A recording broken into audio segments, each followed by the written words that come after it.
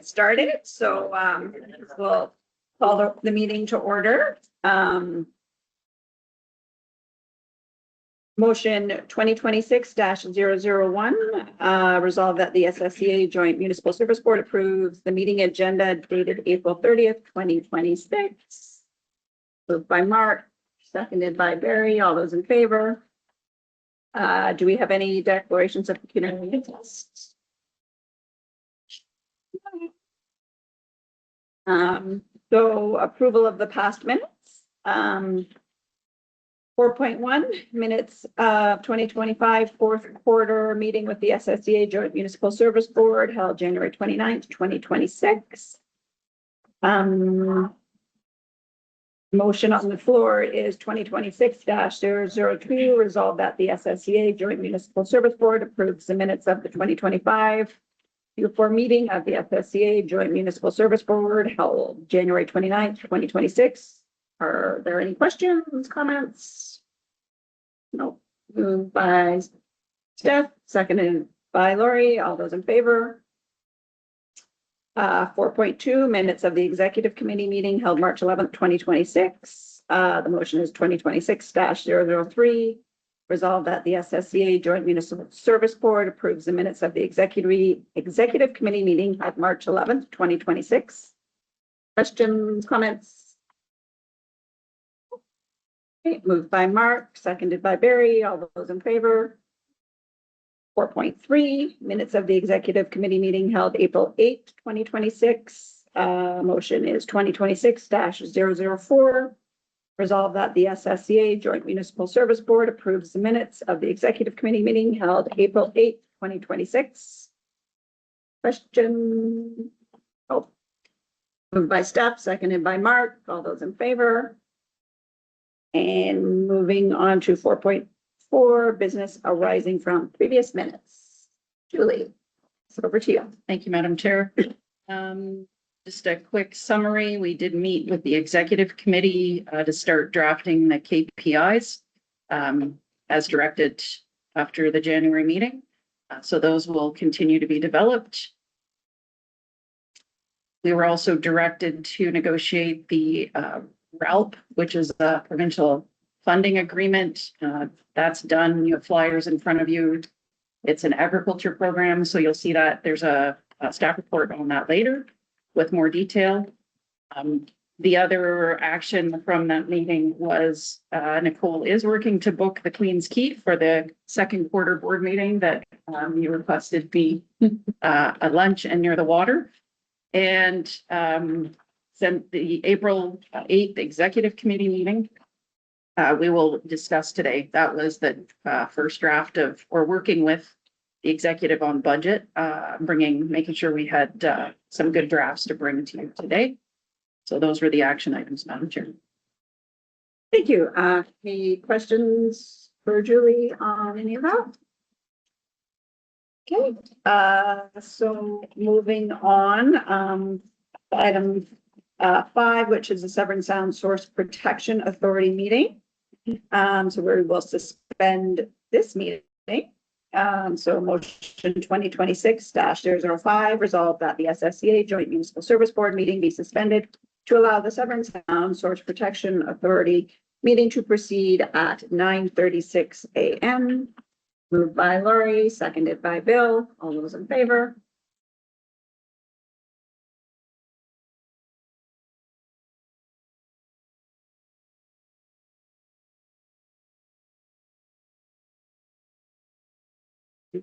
So we will call to order the 17th. We have some guests here, so I will welcome the guests. We have Bill Thompson, who is the project manager with the lead Source Protection Authority in our region, Lake Simcoe Region Conservation Authority, as well as Peter Dance, acting chair of the South Georgian Bay Lake Simcoe Source Protection Committee. Welcome and thank you for attending. So to motion 2026-001-SSSPA, resolve that the SSSPA approve the meeting agenda dated April 30th, 2026. Moved by Mark, seconded by Lori. All those in favor? Do we have any declaration of pecuniary interest for this one? All good. We will move to approval of the past minutes. 4.1, minutes of the SSEA meeting held October 30th were approved at the January 29th, 2026 meeting. So nothing, we don't need to vote on that one. And so we will move to the Source Protection Committee Chair's update. So 5.1, correspondence from Peter Dance, Acting Chair of the South Georgian Bay Lake Simcoe Source Protection Committee. So I do the motion at the end, right? Yes, sorry. So welcome, Peter, and I'm going to pass it over to you. Thank you, and thank you for letting me be here. I'm just the acting chair. As you may be aware, Lynn Dolan, her chairship was not renewed by the province. So I'm sitting in until the province does appoint a new chair. The good news on that front is the posting is up. We're up on April 27th and closes on May 11th. So I would really encourage anybody who is interested in being chair of the Source Protection Committee to get applications in. I think we want to demonstrate to the province that there is interest. I no timeline on how quickly they'll make that decision. And just for background, there are 14 of these positions posted out of the 19 Source Protection Committees across the province. So good news in that that they are getting back to supporting the chair roles, and it doesn't look like they're planning any crazy amalgamations anyway. Just a couple notes. Firstly, I'd like to thank Lynn for all her years as chair. She really had a grip on the topics and was able to lead meetings and develop consensus amongst a pretty big group of diverse people. The second one, I think it's to reinforce that the committee is a big diverse group and has a lot of real input, right from our agricultural reps who often live close enough to the well to know the landowners, to some of the technical people who have a really good handle on the technical issues and can integrate stuff across the integrate issues across the region. So that's the few words I had, and I can answer questions, or Bill can answer questions if there are any on the report. Thank you. I can open it up to questions. And do we have any questions for Peter? Go ahead, Barry. You put it for chair. No, you explained that part, so that's good. So the only other question I had, Peter, I don't, has the province indicated that you could be losing the designation and going back to conservative or the conservation authorities? There's no discussion. I think there was some reassurance that the source protection program was going to be left alone out of the conservation authority amalgamation, and I think them posting these chair positions sort of reinforces that, because they were in the back pocket hoping to do amalgamations. Then they might not repost all the positions. Good news. Yes. Thanks, Peter. Any other questions for Peter? All right, thank you very much.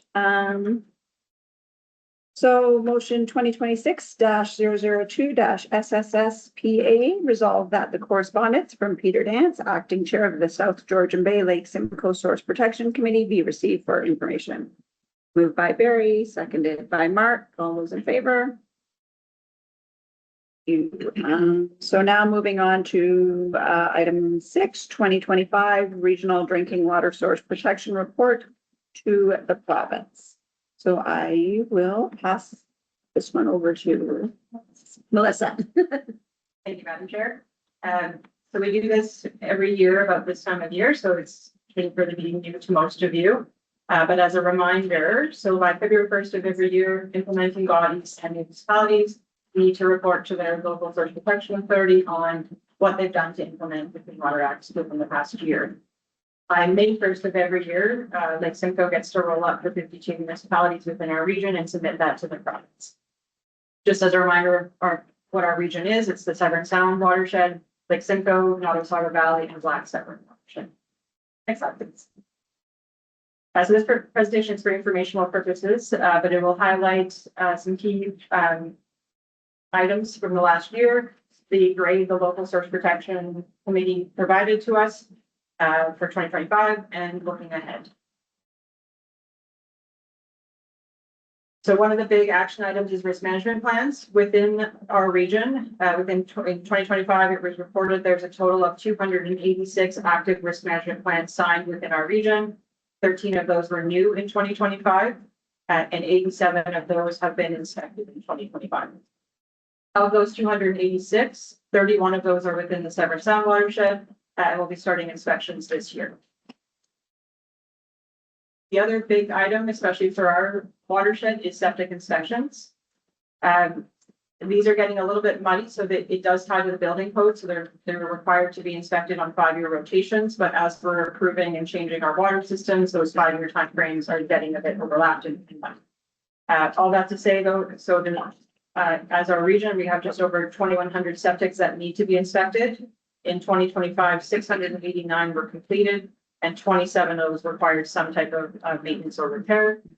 Most of those were within the Severn Sound watershed. We have a lot of septics in this area, and most of the maintenance was, there's vegetation on the beds, or there was some minor maintenance. So nothing that, it was completely not working. It was just needed some maintenance. Official plans. So source protection plan policies need to be incorporated into official plans. Within the region, we are showing slow and steady progress.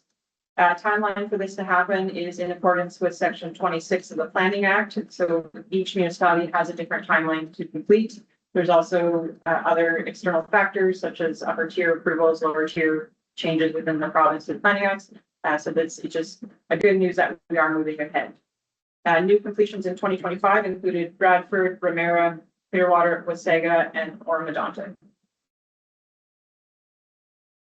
So like I said, as part of the process, the source protection committee has to grade us. They have to say how we're doing and provide that to the province. The options are progressing well on target, limited progress, or satisfactory. And for the 3rd year in a row, the committee has chosen progressing well and on target. So next steps is, as I mentioned, Lake Simcoe is to provide all of this information to the province. So looking forward to the future. So although we are sort of in a status quo year, I'll call it, the program is not stopping by any means. We're constantly, especially within our region, we have lots of water system changes. So that's going to bring in new threats, new risk management plans, new where policies apply. So education and reach will be key moving forward, as always.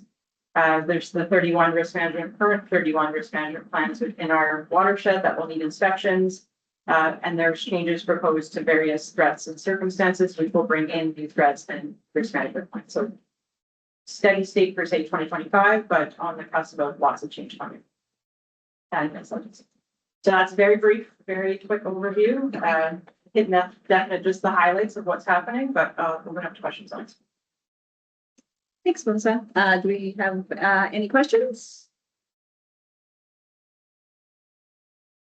All right. So staff report 02-26-SSSPA and presentation from SSEA Manager Source Water Protection. Motion 2026-003-SSSPA resolved that the staff report number 02-26-SSSPA and presentation regarding the 2025 Regional Drinking Water Source Protection Report through the province be received for information. Moved by Barry, seconded by Lori. All those in favor? And on to item 7, the Drinking Water Source Protection 2026 Q1 update. Hey, Melissa. Thank you, Madam Chair. So this is your standard quarterly updates that I bring to you. As I just mentioned, January is very busy in the source water world for annual reporting, so that takes quite a bit of time going back and forth with our. So I was responsible for 6 of our member municipalities and 4 additional municipalities, so that takes a bit of coordination. We're continuing to work on water system changes. And then from a risk management perspective, the staff reports in your package, but we responded to 20 development applications and answered 17 inquiries. You see a minor adjustment to the staff report that you haven't seen before. So as we wrap our heads around KPIs and what that's going to mean and reporting numbers, you'll see that I put an average response time. So for this quarter, it was 2.1 business days to respond to those 20 development applications and 17 inquiries. Melissa, any questions? All right, motion 2026-004-SSSPA resolve that staff report number 03-26-SSEA regarding an update on SSEA drinking water source protection activities in Q1 of 2026 be received for information. Moved by Lori, seconded by Steph. All those in favor? And moving on to source protection plan amendment update. Again, I will pass it back to Melissa. Thank you, Madam Chair. Last one. So at the July 26, 2021 Severn Sound Source Protection Authority meeting, a motion was passed that staff could submit amendments to the local source protection plan and assessment report, but we had to make a commitment that we'd come to you with an update of what had happened. So your update for 2025 is one amendment was approved within the Township of Springwater, which is the last board meeting. That was for a new proposed system in Hillsdale known as Castle Drive, and it was approved in November of 2025. Lots more on the horizon. Any questions? All right, so motion 2026-005-SSSPA resolve that staff report number 04-26-SSSPA amendments to the South Georgian Bay Lake Simcoe Source Protection Plan submitted to the Minister of Environment, Conservation and Parks, Lake Simcoe Region Conservation Authority be received for information. Moved by Bill, seconded by Mark. All those in favor? Oh, Yep. Yeah, absolutely. Thank you. I just want to mention, one of the things Melissa's been doing, is doing like a 101 online session for your staff so that it's really clear on new systems or amendments to systems, what the process is and the timelines so that nobody gets caught at the end of your process at the municipality. And only to remember that there is a source protection process as well. So we've had some pretty good turnout on those calls with most of your staff being able to take part and give some heads up even on the calls, which has been really great. So thank you to your staff for participating, but thank you, Melissa, because those are things we don't often find time to do, those really short 101s online. And I think they're really valuable. That's what we're hearing from staff anyway. That's great. Thanks, Joy. Okay, so motion to adjourn 2026-006-SSSPA. Oh, sorry, Steph. I'm sure if I may, Absolutely. it's not an agenda item, but we have to get to the room. In the past, we talked about creating like a cookie cutter template version of the tree cutting map. Municipalities are all different in that regard. You have farming, et cetera. In this case, I think everybody has some septic within their municipalities. I guess the two questions: do any of our member municipalities not have a septic reinspection program outside of the wellhead protection areas?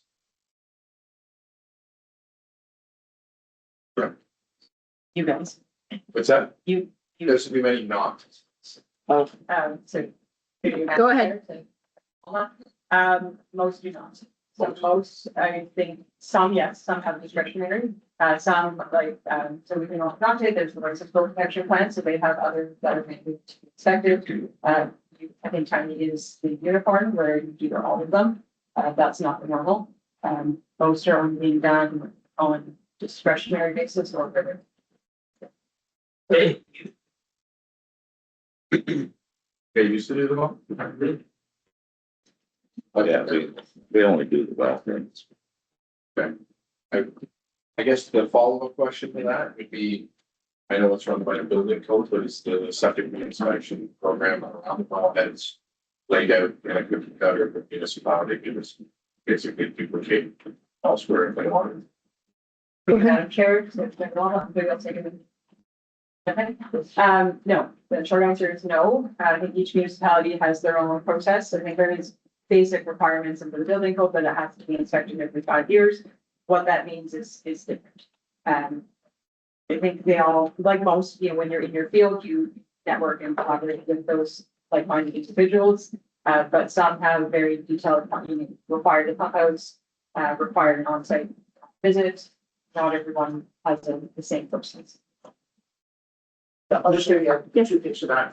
One is that a number of years ago, NBCA, through the Source Protection Program, started a process to get some of the septic inspections together to develop some shared best practices. So there might be some people that are that project that could be handed off to, not as a quick kind of maybe, but at least some advice and guidance to want to provide consistency in septic inspections.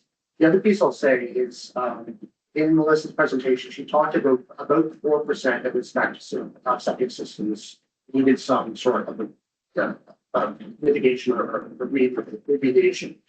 That's an interesting number because many of the septic inspections that have happened now on the third inspection, and we haven't seen that number drop, right? So it does seem that periodic inspections have value.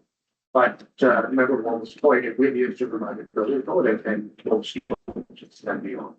I think So if I get that. Yeah, absolutely. So the reason why I asked the question is, it's not to force, septic reinspection on the time, but maybe create best practices document. Was that piece formalized, like this is one? They never quite completed that project. Yeah. So that would be hard to expense the time. And I don't know if it's through the SSSBA or maybe it's SSEA. Create something that staff that are member municipalities could use if they decided to implement a program like this. Because a lot of the time I find pushback is not necessarily in the ongoing. Julie, would that be through the source protection or Severn Sound? That we would be looking to potentially provide direction if that's. Thank you through you. I would think it would be through Severn Sound because source protection is really specific about what they want and where they want it as a program. But I think what I'm hearing you say is maybe having us look at a bigger picture, best practices in terms of policy, even process. Or find out through Bill if the. Yeah. Meeting of the general minds that happened and what they came up with, so they could share. We could Certainly add that other business. Is that start putting it to bring it back up then? Yeah. Okay.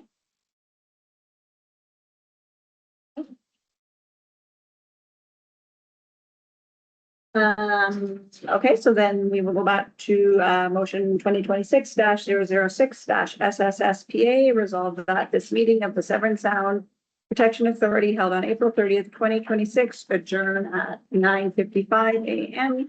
We meet again at the call of the chair. Moved by Steph, seconded by Lori. All those in favor?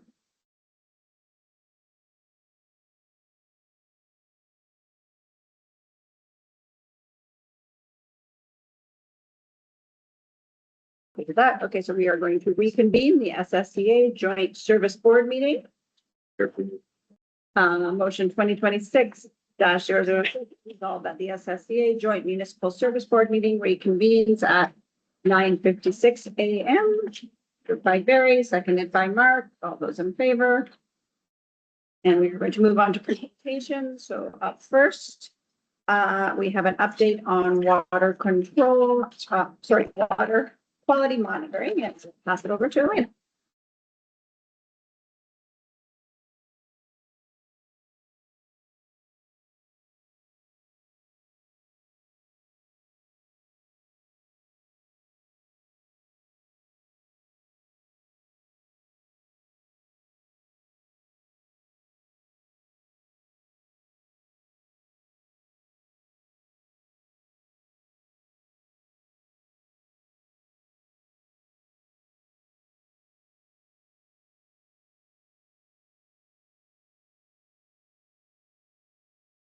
To share updates and provide some information about the monitoring program. So I would like to start with overview of what was done in 2025. So as you know, in 2025, SSEA was embracing advanced technologies to collect, analyze, and share the quality information faster and more efficiently. And here I have to say that the purchase of that new app control is this was a game changer. So I want to say thank you. Thank you, great for my really easy. Because right now we have quite straight pipeline for download and report data, which is possible. And also last year we were able to install the QR codes without municipalities, and looks like those signs work quite well. We received quite a lot of good replies, and we will continue in 2026 as well. Also last year we shifted from 5-year rotation to annual monitoring, and we try to monitor our input lakes by weekly, visiting nearshore areas and focusing on the mainly on algae groups, and open water sites were done on twice the basis as usual. And the main change was that results were shared within 48 hours. Before that, it was like about a week or 2 weeks to share results. And right now we are able to share our results in 48 hours. And also, as I mentioned, the focus was on important attributes. We also did stream monitoring under provincial water quality and monitoring network, and those sites were monitored once as usual. Next slide, please. So in 2026, we are going to continue stream monitoring under provincial water quality monitoring network, and it will be done on monthly basis as usual. Then open water location within the Georgian Bay will be done. Like previous year, although we have to travel with boat right now, but how we is working on that, we have to change that, right? So I won't spend time on that. Inland lakes, for this year, we will continue with the same approach. We will have mid-lake sampling where we take water samples for chemistry, and it will be done in May and August. And then we will be doing nearshore location monitoring like last year. And this year we'll be doing, we will be using quite different approach. So for Far Lake, Oro Lake, Pass Lake, Mountain Lake, we will be done. We will be doing those observations every 3 to 4 weeks, from May to October, and for 2 Lake and Little Lake, we will do that bi-weekly. And the reason is because Little Lake is a new lake, and we want to collect more data, and Little Lake was always on bi-weekly basis, so we will. And for Far Lake, Oro, Pass, and Mountain Lake, they were on 5-year rotation. Right now we are in an annual monitoring, and we will be introducing new observation tool for citizen science, and we are hoping to collect more information, especially on allergens, and I will talk about that. Also, we will continue water level monitoring at Far Lake, Pass Lake, Little Lake as usual, and groundwater monitoring business as usual. Water level management in year. Now, please take some information on our new observation tool. I believe for those who attended our meetings with lake communities, you know that. But who is not aware, I just want to provide some short information. So this year we are trying pilot lake condition observation tool. Basically, the people can scan QR code or follow link and fill form. Like it's short form where they can report observation, submit comments, submit photos, report location, and on our side, we will review those forms, and we will be following up with people that also providing bi-weekly reports. It will be, I'm still working on format of those reports, but there will be like short summaries and map showing those like observations confirmed by our team, and then some additional information. So we are not trying to replace military reporting system. We are just trying to collect more information on LGBTs from our residents, and just to give people to submit observation and very consent. If they are not sure if they see an eligible or it's just like full whatever, they can submit photo for us and we will check on our side. And of course, if we see that conditions are severe, we will do our field visit and take samples if it's feasible. And also this tool is a part of our Smart Water Watch program. And I believe I have the next slide of that. Please. Yeah. So that's a like the continuation of that story about Smart Water Watch. So we are asking our residents to submit observation through that Smart Water. Also, we asking our volunteer for static depth measurements, and also we have option for hydrocolor app for surface measurement. And all of these are part of our new Smart Water Watch. And I have more information on next slide. So this is our new community science project, and we are trying to connect traditional way of monitoring together with new technologies and community science and our water monitoring within our watershed. And this lake condition observation tool is the first step. Where we try to collect more data and then start to from the university to connect those data to satellite data. There is like grant in using satellite data, but the satellite data have quite a lot of limitations, and we're using our citizen scientists to validate data on the ground. It would be really helpful to reveal the limitation of those like satellite data.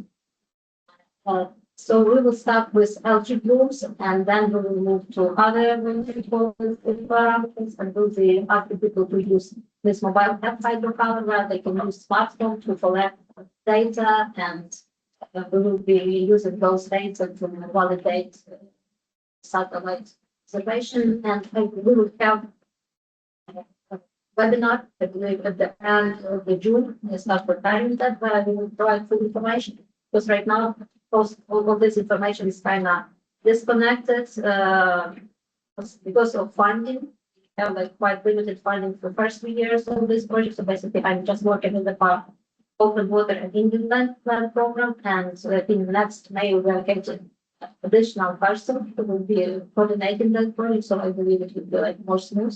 But now I believe it's kind of feels a bit disconnected, but I'm trying to do my best, and I really hope that it will work.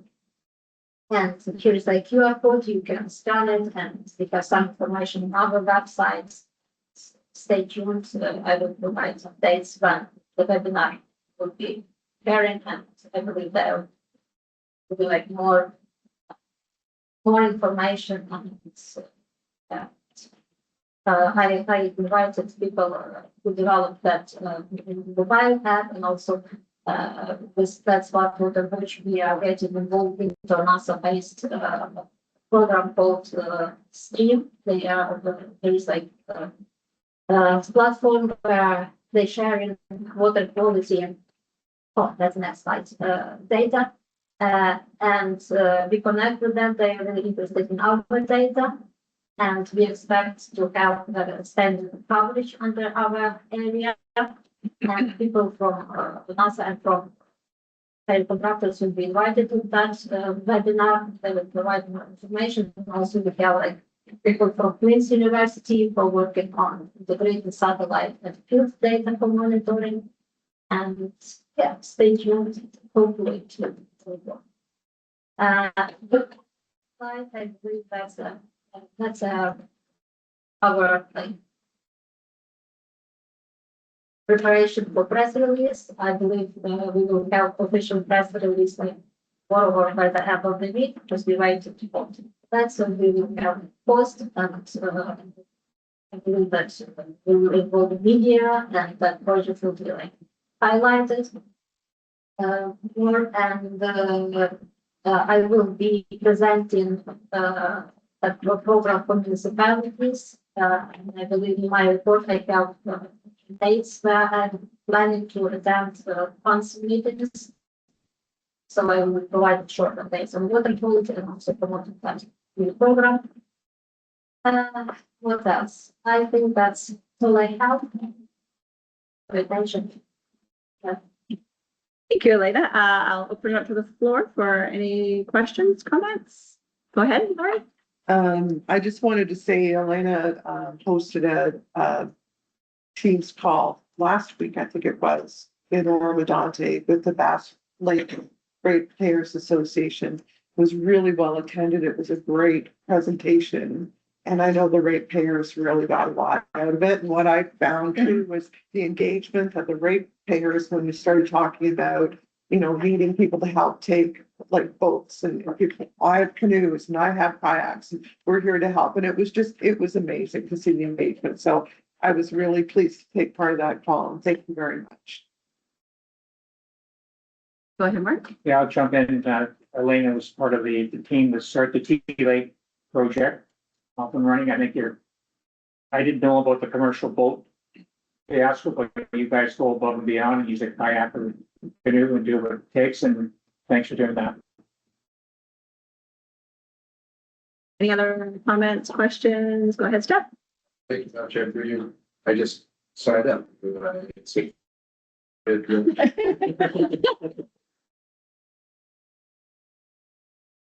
Question. So we develop the app with like in its entirety. Like she likes putting it. It's all in a chat. This is something that we. Go ahead. Yeah, so that's a real good question, and that's something that we are working right now. So for now, we are the Common Collect form to collect data. And we are using like separate hydropower app in my plans to try to, so I'm working on that. I'm not sure if it's realistic, but I really hope that we'll be able to have like our internal Severn South app where people can submit those consents where we get process those data, that people can get some like response and check data, whatever. It's like it's a kind of big plans, but it's doable. For now, we are thinking about and let's start the preparation for like software and all these things and server to develop a database that will be connected to our like the interactive dashboards. They are like static, right? They are PDFs. You can open that and can download, but basically you cannot select. You cannot like. In my plans is to develop like our internal web app. It's just like simple dashboard that will be connected to our website. Like when you can click on it and then you will go to the dashboard and then you can select your day, you can select your dates and look at those data. I'm still not sure if we should allow people to submit data to that app or it's more safe to use like external because if we decide to use app for data submission, we will need to put like extra effort for security. We will need like special person who will work on that security because just develop app like people just getting information, it's like it's faster. But if you want submission of data, so for now, I believe for us, better option is to submit through external app, but reporting through our internal app. That's what I work. Right now, we are working on like for apps. Oh, thank you for that, Paul. Yep. So, I realized it's the first step and we're honestly fairly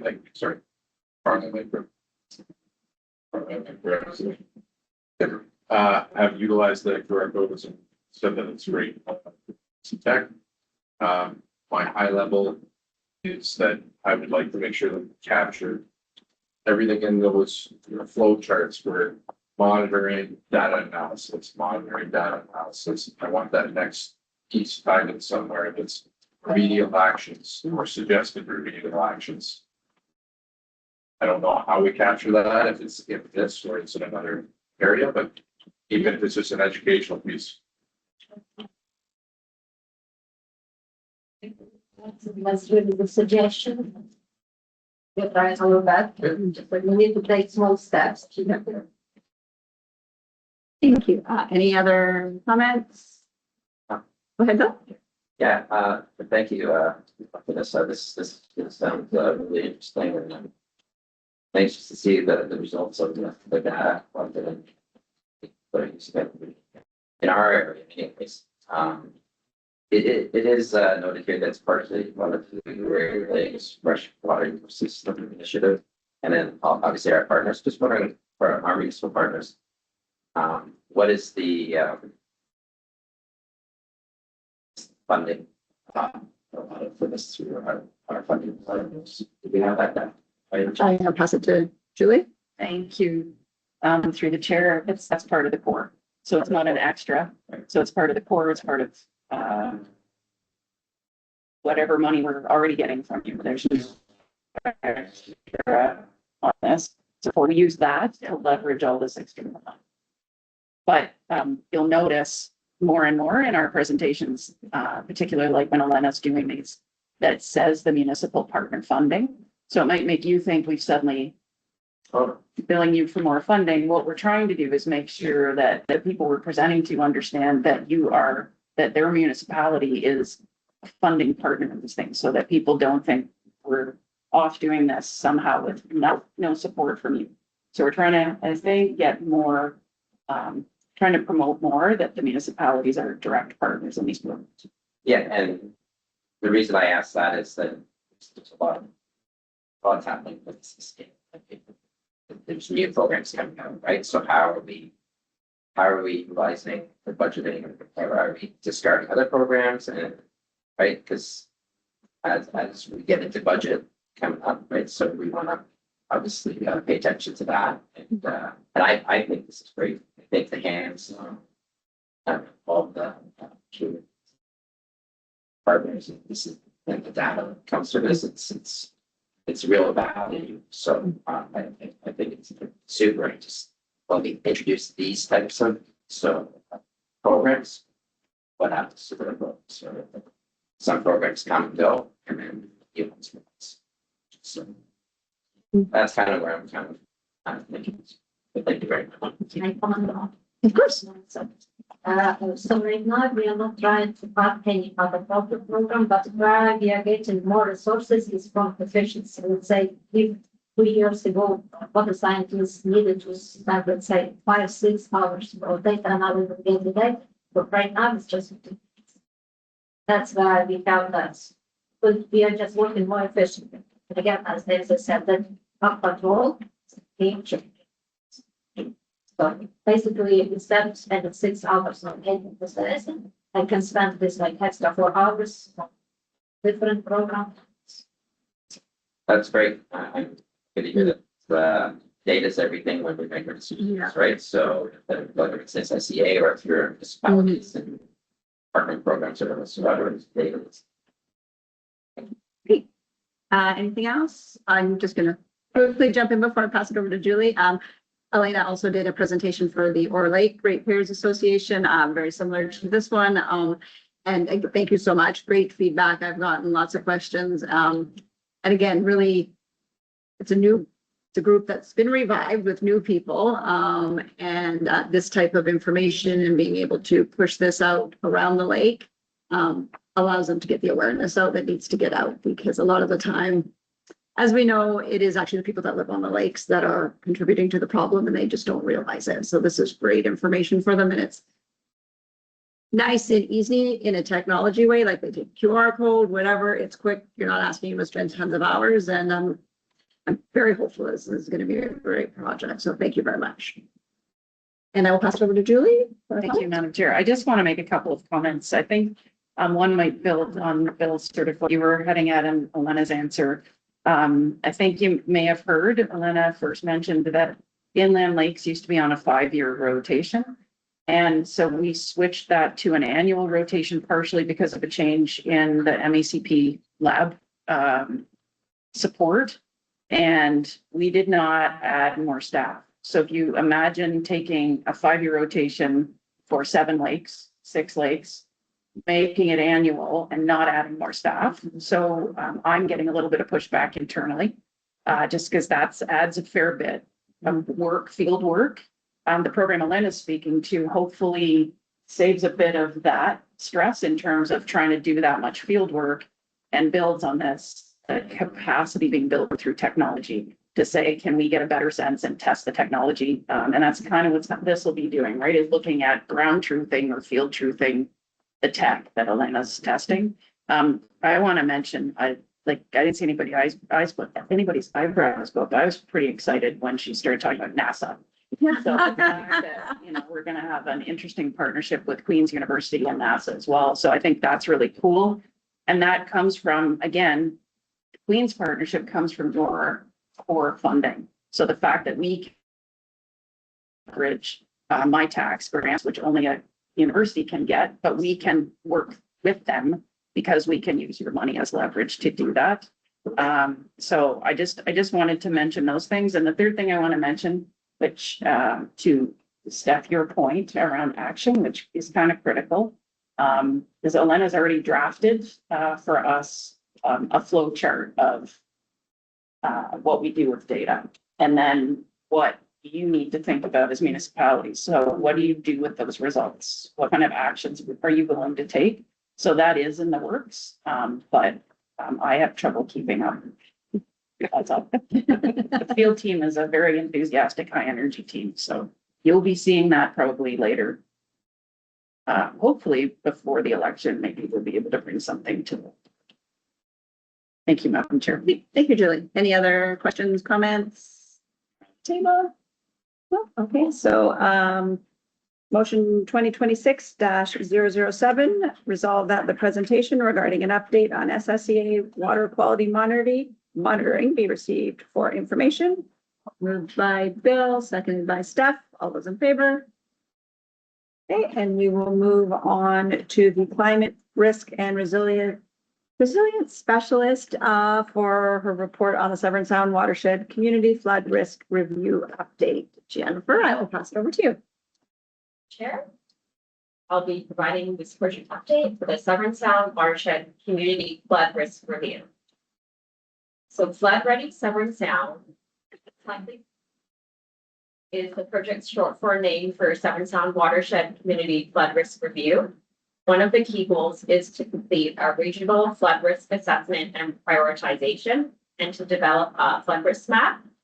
We're looking at different types of flooding risks, including riverine, shoreline, and rainfall events. The goal is to identify areas within the watershed that are most at risk of flooding and to provide a high-level assessment guide where detailed floodplain mapping should be done with sure. For the prioritization process, we followed the 5 steps outlined in NRCan's federal guidelines for flood hazard identification and priority setting. Step 1, purpose and approach. We established the purpose, formed the flood working group, and compiled records of past flood events using partner input, archives, and historical societies. Step 2, identifying hazards, means identifying types of flooding that could affect the area. Step 3, hazard areas. We examine where these hazards occur by reviewing existing mapping, historical flood extents, and known flood locations such as Severn and rivers.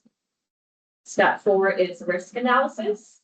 We assess potential impacts to people, communities, infrastructure, businesses, agriculture, and the environment to identify the most vulnerable areas. Step 5 is prioritize mapping. So we establish criteria and methodology to identify and map priority areas.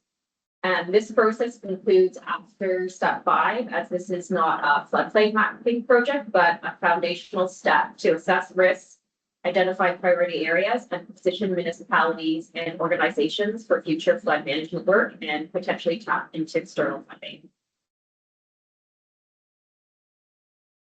So flood risk maps combine flood hazard and vulnerability analysis.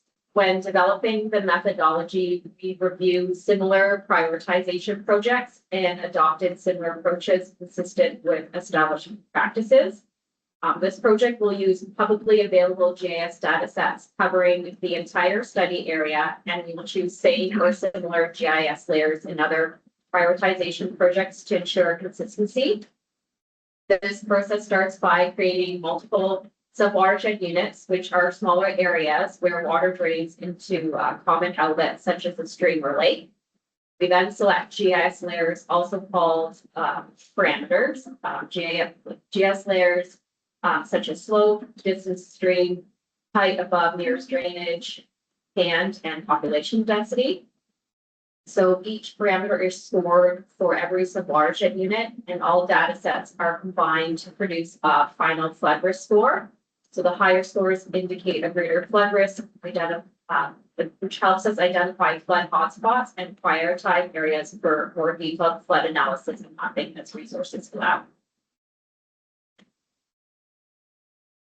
For these next few slides, I'll be highlighting a few resources that have been useful to our project. So the NRCan's Federal Flood Mapping Guidelines Series is comprised of several guidance documents. So the Flood Mapping Framework and Federal Guidelines for Flood Hazard Identification Priority Setting has been very useful. We've reached out to their flood mapping team for this prioritization document, and they were nice enough to share a draft version. It's for internal use.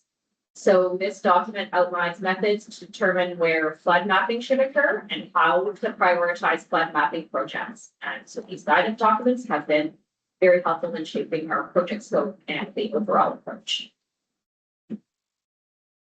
Raisin River is a CA in the southwest corner of Ontario and a good case study of a prioritization project.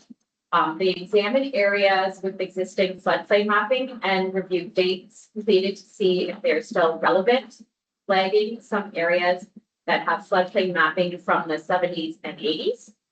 They also did a watershed characteristics map looking at social vulnerability and physical characteristics.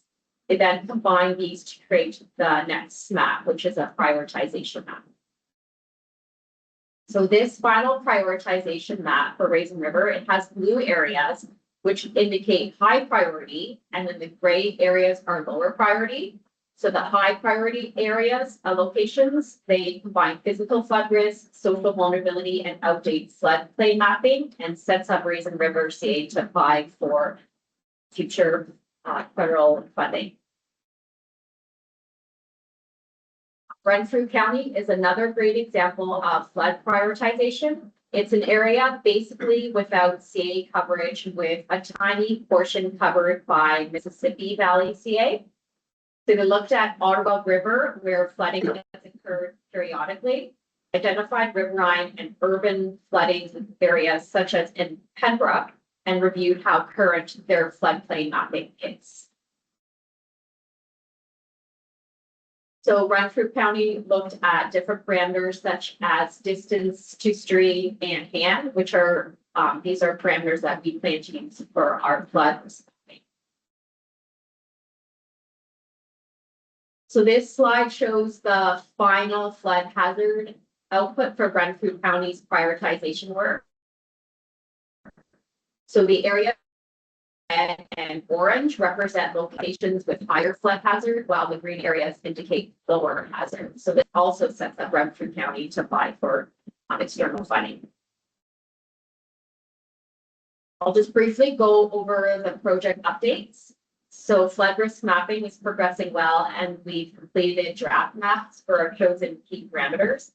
The flood working group is up and running, and we've had a good second meeting in February. We've been collecting data from our working group members and received flood photos, GIS data sets, and various reports relevant to flooding. We've also begun gathering historical information, including newspaper articles and photographs on Hurricane Hazel and other flood events during our visit to the Simcoe archives. And we'll be visiting the Coronia Museum and Aurelia Public Library to gather additional historical information. So we have been doing field visits throughout the watershed to document different types of spring flooding, such as in ag lands, urban, shoreline, and riverine areas. been looking at flood prone areas and monitoring rain event alerts and bulletins. Here is just some examples with photos of spring flooding that we've observed. So the first photo you see is the cold water fairgrounds in Severn. The middle photo shows an example of ag flooding in Springwater on Lost Line 6 West. And the photo on the right shows flooding at Tiny Beaches Road in Tiny Township. So we've begun planning for our stakeholder open house event in June, which will be held at 2 locations to encourage strong participation and gather input from a broad range of community stakeholders. The purpose of the open house is to provide an overview of the Flood Ready Severn Sound project and to gather local knowledge, insights, and information on flooding events from the community. So the dates we have are June 16th at Coldwater Community Hall, June 23rd at Almsville Community Hall. We'll also be launching a community survey and a sector-specific survey, such as for ag partners, to crowdsource information, collect historical flood data and photos, and identify local flood hotspots. We're also looking at pop-up opportunities to see which special events we can attend or suitable locations where we could set up our flood displays for public outreach. So feel free to connect us with any partners or community groups that would be interested in collaborating and are attending our stakeholder open house meeting. That is it. Thank you. Thank you, Jennifer. I will open it to the floor for any questions. Go ahead, Barry. So Jennifer, Yes. so identifying the flooding on river streams and everything else, Mhm. there's all kinds of encumbrances that are holding the water back. So who becomes responsible for all? Well, through the chair. So our project right now is just looking, we're trying to identify areas, the hot spots, but we're not going to be pinpointing areas. We're just going to be identifying from the locals, from the people giving us anecdotal information, but also looking at these parameters. So say if it's an area where it's close to a stream, buildings are being impacted. We have a lot of reports. The area is flat, there's certain factors that contribute where there's a lot of reports, then we'll flag that area, from reports and what we know, Coldwater, Severn, Apol, those might be the hot spots. Areas, maybe an urban area, that's kind of a different thing where because they have, it's managed, there's infrastructure underneath. That's something that we're not really looking at. But if there are a lot of reports in urban areas where it could be, issues with whether stormwater pond is overflowing, culverts that are undersized, that is something that we can identify. So right now, it's not really, we're looking at areas that could be identified potentially as these hotspots. Just to follow up, so we will be looking at that down the road. So in other words, Yeah, so this kind of feeds into, so it's not like a flood where it feeds into, we're trying to prioritize areas where, this is from looking at, from our prioritization, where we have these parameters that we've chosen, slope, distance to stream, population density, and so forth. And from that, we look at this kind of expert layer where we get the anecdotal information. So we get a lot of reports of flooding. And so from that, we've broken down this map into the sub-watershed units. And from there, they're kind of color coded. So then the red in our map will be potentially areas that are high priority and orange. And then the ones that are green might be lower priority. But as we're going to be looking at this anecdotal information, because if we're getting from the scoring, it's being scored higher, then we're going to see is there, but then we don't see any incidents. We don't have any reports of anecdotal information of flooding, because it could be, say, in Midland, it may be a part of Midland or an area where the population density and the building is kind of bumping up the score. But then the other factors are not, that we're not getting any anecdotal information, that it might not be an area that we would flag, while an area that would kind of be scored as kind of in the middle, and now it has a lot of reports of flooding, then that would be something that we would consider to be bumped higher into where an area that we would flag. And that eventually would be, this would give municipalities an idea, okay, in your area, there's certain hotspots that if we wanted to apply for federal funding, then that's something that it would help identify these areas.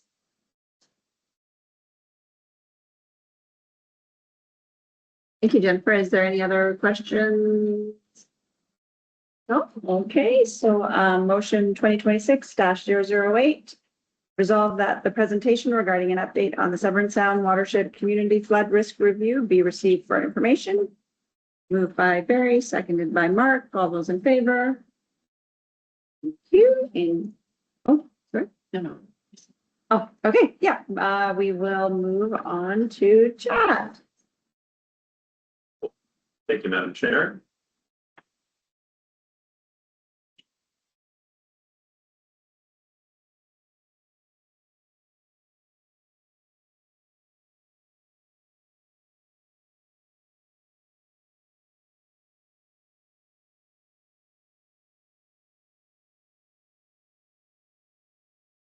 Elegant.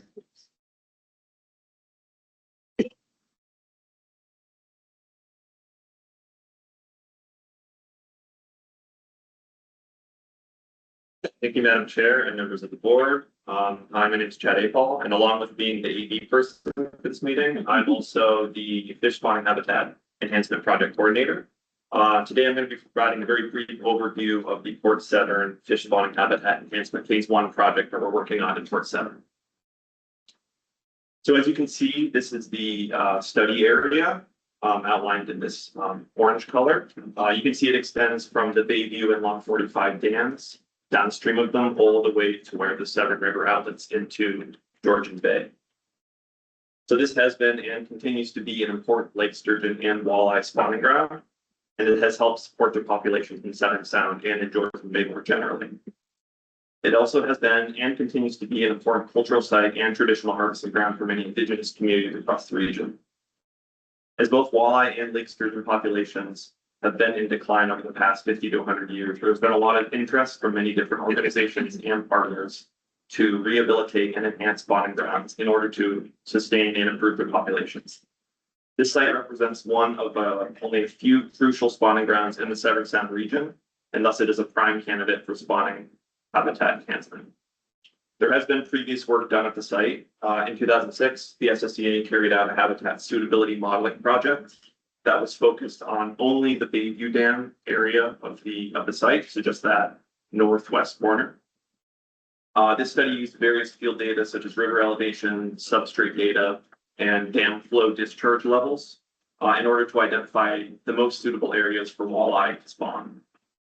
So the project this year will be building off of this 2006 work to include modeling for both lake sturgeon and walleye, as well as an increased study area that also includes the area downstream of 145 all the way to where it discharges into Georgian Bay. This study will also take into account varying Georgian Bay water levels and various different discharge levels from the dams to really get a more holistic and complete picture of fish habitat under multiple different water level scenarios. So that brings us to this year of the project, which is a phase 1 or a planning phase.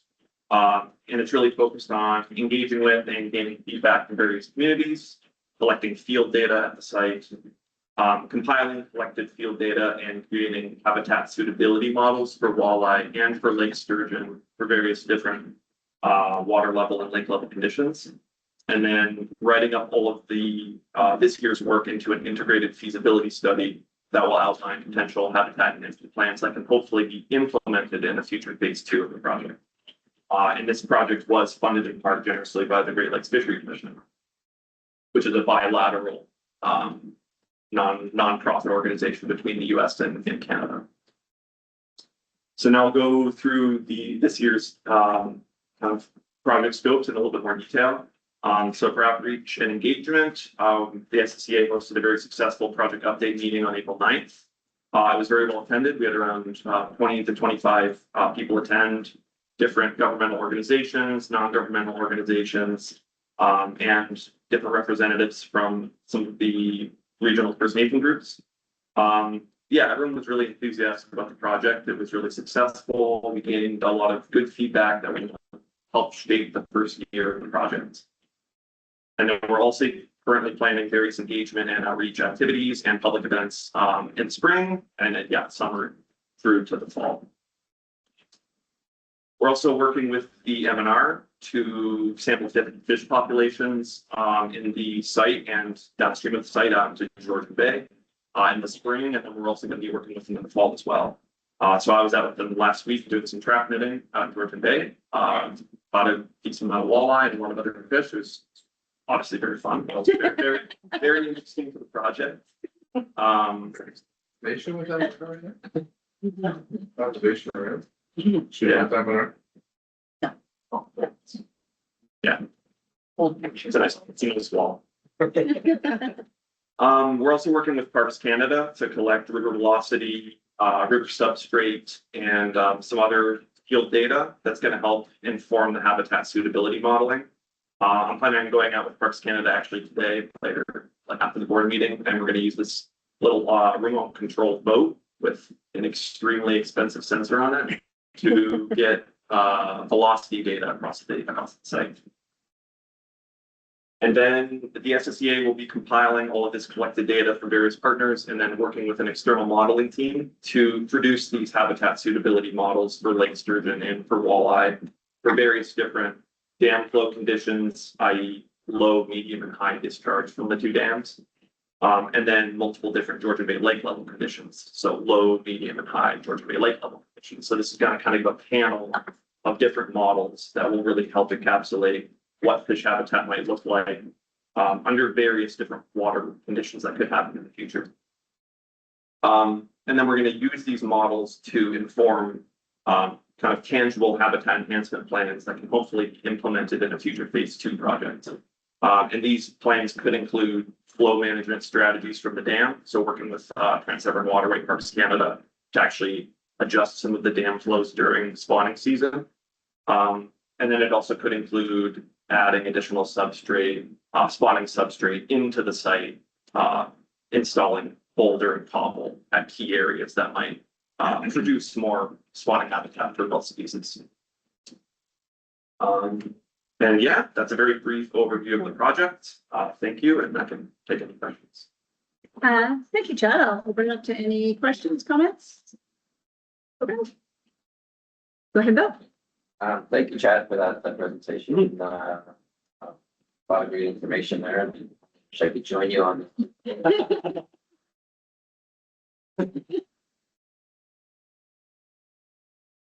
Yeah, And, next.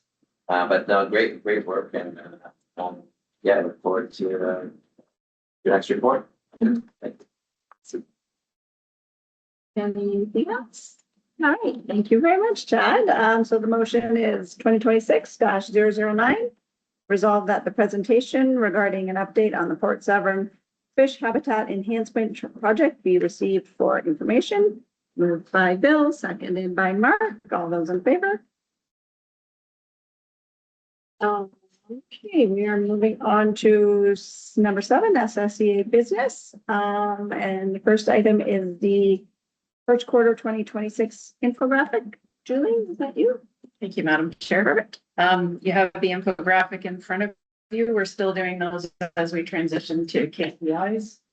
And we will look to the board to tell us if you want this to stay or go, or we can clearly use a lot of this as part of the KPI process moving forward. But I think the highlights are obvious that there is no quarter here that is a downtime. Thank you. Thank you, Julie. Any questions, comments? I will just give a quick comment. I love the infographic too. I think if we can combine the two, I think they're both really good information. Okay, so we have motion 2026-010, resolve that the SSEA Joint Municipal Service Board receives the first quarter 2026 infographic for information. Moved by Barry, seconded by Lori. All those in favor? And moving on to the financial reports. So the first one we have is the 2024-2025 audit status update, and we have a verbal update. Judy? Thank you, Madam Chair. We received information from the Township the other day that the 2024 financials will be to the auditor within the next couple of weeks, and 2025 will follow after that. So all of the adjustments that SSEA does for the financial statements at the end of the year are usually completed within the first quarter of the year. So they have everything they need from us, and then they'll proceed to produce the financial statements. Thank you. Thanks, Judy. Any questions? Go ahead, Bill. A quick question, and Midland is behind it, but so. We've been behind for a while. Any reason why that's 2020? It said not to, I'm just asking the questions.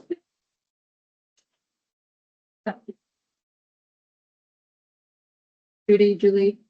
Thank you, Madam Chair. I would have. Yeah. We base our audits based on your audit. So Barry, would be safe to say, are you,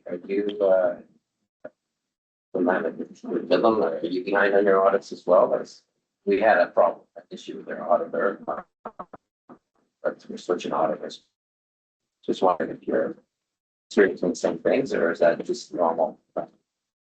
Oh, the municipality did get it behind a few years ago or so.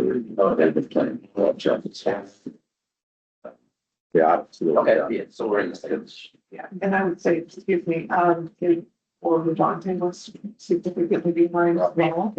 So you're catching up, and with the new finance director has been doing a phenomenal job of getting that pushed through, but I don't think it's a great thing to be behind, but I don't think it's unusual as well. Yeah, well, thank you. I feel a little bit better. For change, and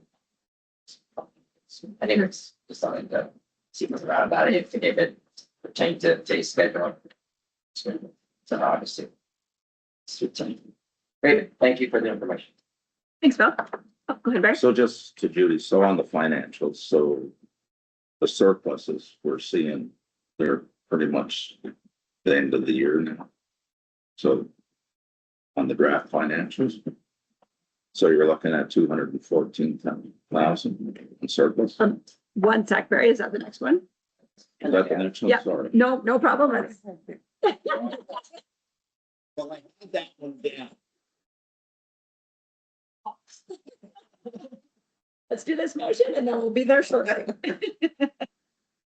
Okay, so motion 2026-011. Resolve that the verbal report regarding the 2024-2025 audit status update be received as information. Moved by Bill, seconded by Lori. All those in favor? And then we will move on to the 2025 draft financial updates, and I will pass it to Judy. Thank you, Madam Chair. This is just an update for the board, so you can see where we're at with 25 financials. It's not quite complete yet. As we talked about, the audit hasn't happened. So there are things that we don't know yet. For example, the employee future benefits adjustment, that's an audit adjustment. And I don't know what that balance is since 2023. So I'm not sure what's going to end up with the 2025 year end, but we're in good shape. And I just wanted to provide the board with the update along with the details of the schedule as well. Thank you. Awesome. I will open it up for questions. Barry? So there's Sorry. surpluses, 214 in operating, and then capital, it's 137 or 154. So that's what we've come up with at the end. Through the chair, it's core versus projects for us. It's not really capital. It's mostly an operating budget. But yes, it's divvied up that way, correct? So we're at a definite surplus according to. Not final. Sir? It's not final. Yeah, I get that with the audited things. You know, I don't know where you want to go with this. Alls I know is usually our records are pretty good. They could vary 15 to 20,000, maybe 50,000, but All I'm getting at, there's a definite surplus here. at the moment. Thank you.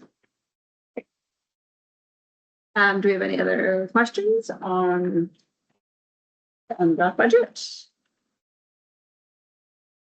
No. Okay, so motion 2026-012, resolve that staff report number 02-26 regarding the 2025 draft financial update be received as information. Moved by Mark, seconded by Lori. All those in favor? Moving on to 7.3, deferral of the 2025 unspent expenses to 2026. Judy? Thank you, Madam Chair.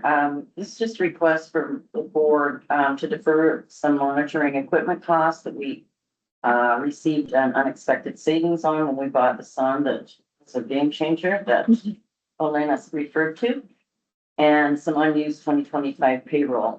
So the monitoring equipment is similar, I think it's called the sonde or a troll, similar to what we purchased, but not as robust. It's not a different model. Yes. So that's what the sonde is. And then you will recall in the 2026 budget, we suspended an intern position in the payroll.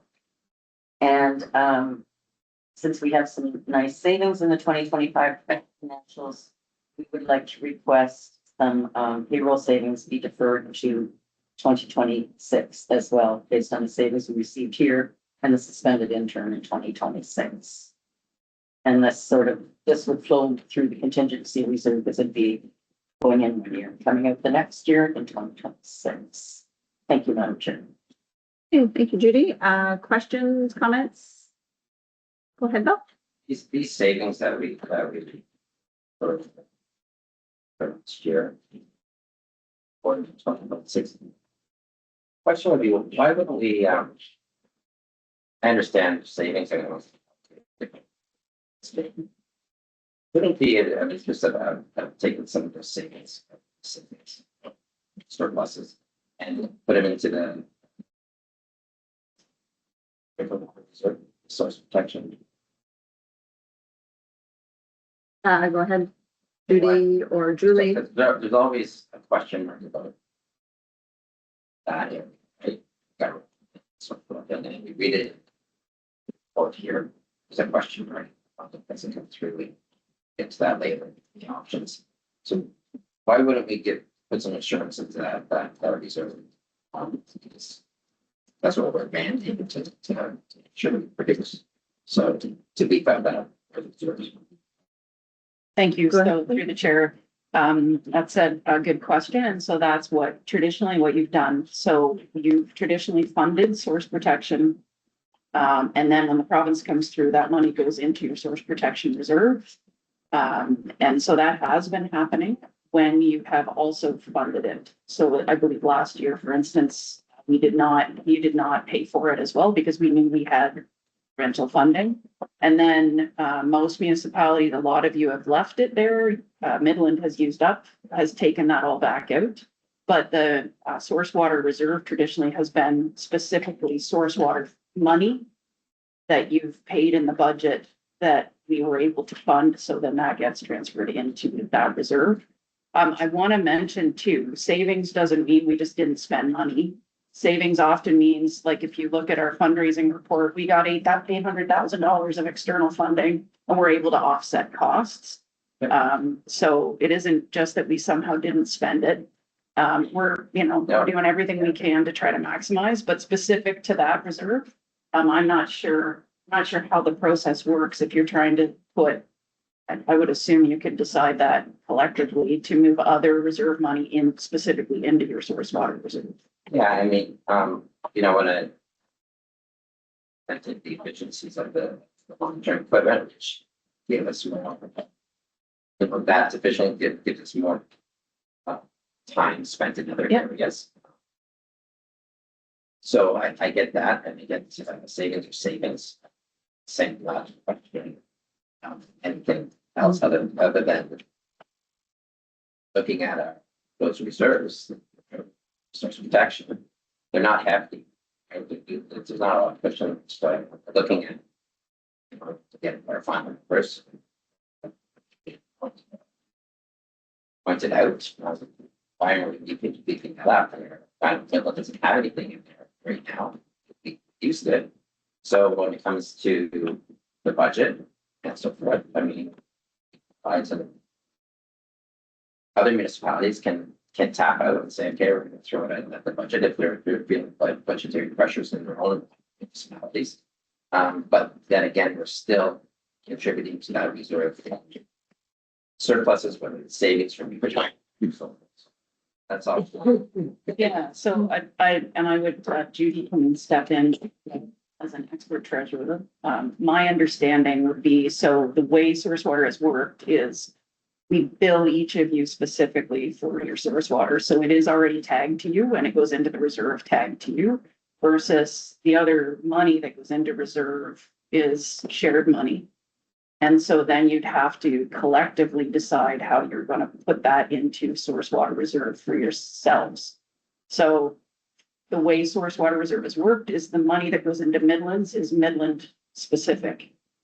So I think there would have to be a discussion around changing the way or changing some of the reserve policy if you wanted to, like you said, beef up all of the source water reserves. Yeah, so they should come when we're in an election year. There's new council coming in, right? Mhm. And then they look at the SSEA and they're like, oh, 2025, we're looking at 200,000. Like, and all of a sudden they see this reason, like, and see, when I came into council, like, I saw those first.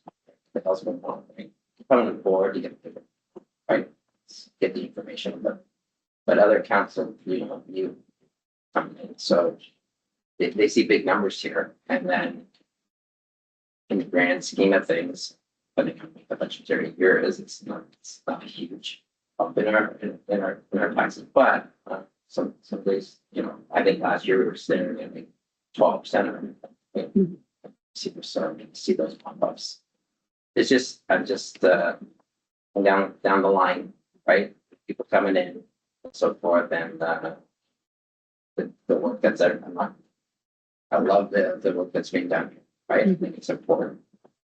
Just want to make sure that it's before I work losing part of sure this is a great hands-on in our municipality supposed by that we're able to have this organization. So Thank you. Thank you, Bill. Any other? Barry? So just the one question, and Judy, you can answer. So the 37,600 that we're transferring to defer to assistant operations, is that going for salaries or is there a specific area? Through the chair, Yes. it's basically half an intern. So we're short an intern, we kind of half an intern, So we're gonna more or less. is what it is. add an intern. Well, we're just gonna borrow money from 25 to pay for about half an intern. Okay. And that was previously, sorry, Go ahead, Steph. that was previously in the budget and part of our cost savings to bring the tax rate down. So we had that in turn reduced service level. And now we found the efficiency. So I just want to say that I'm supportive of putting it back in. Follow up to this, and I get what you're saying here. Next year, you've already bumped it up that extra. Well, we're trying to look at a cost sharing because Georgian Day has dropped there.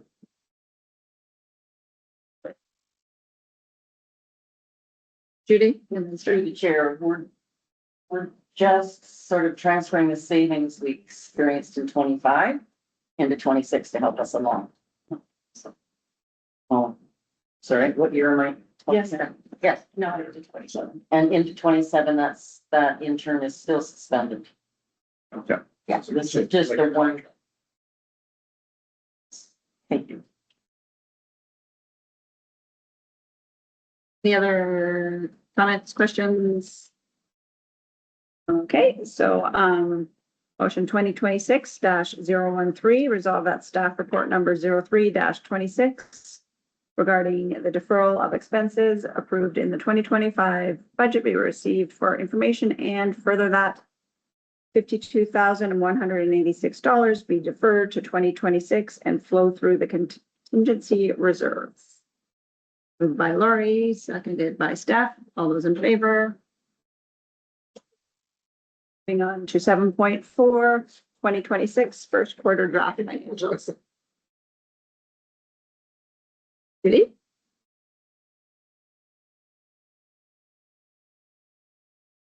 You have before you the 2026 first quarter financials. There's nothing much to talk about here. We're at the position we normally are at this time of year. We invoice the municipal partners in the first quarter, so it looks like we're way ahead of the game because we are.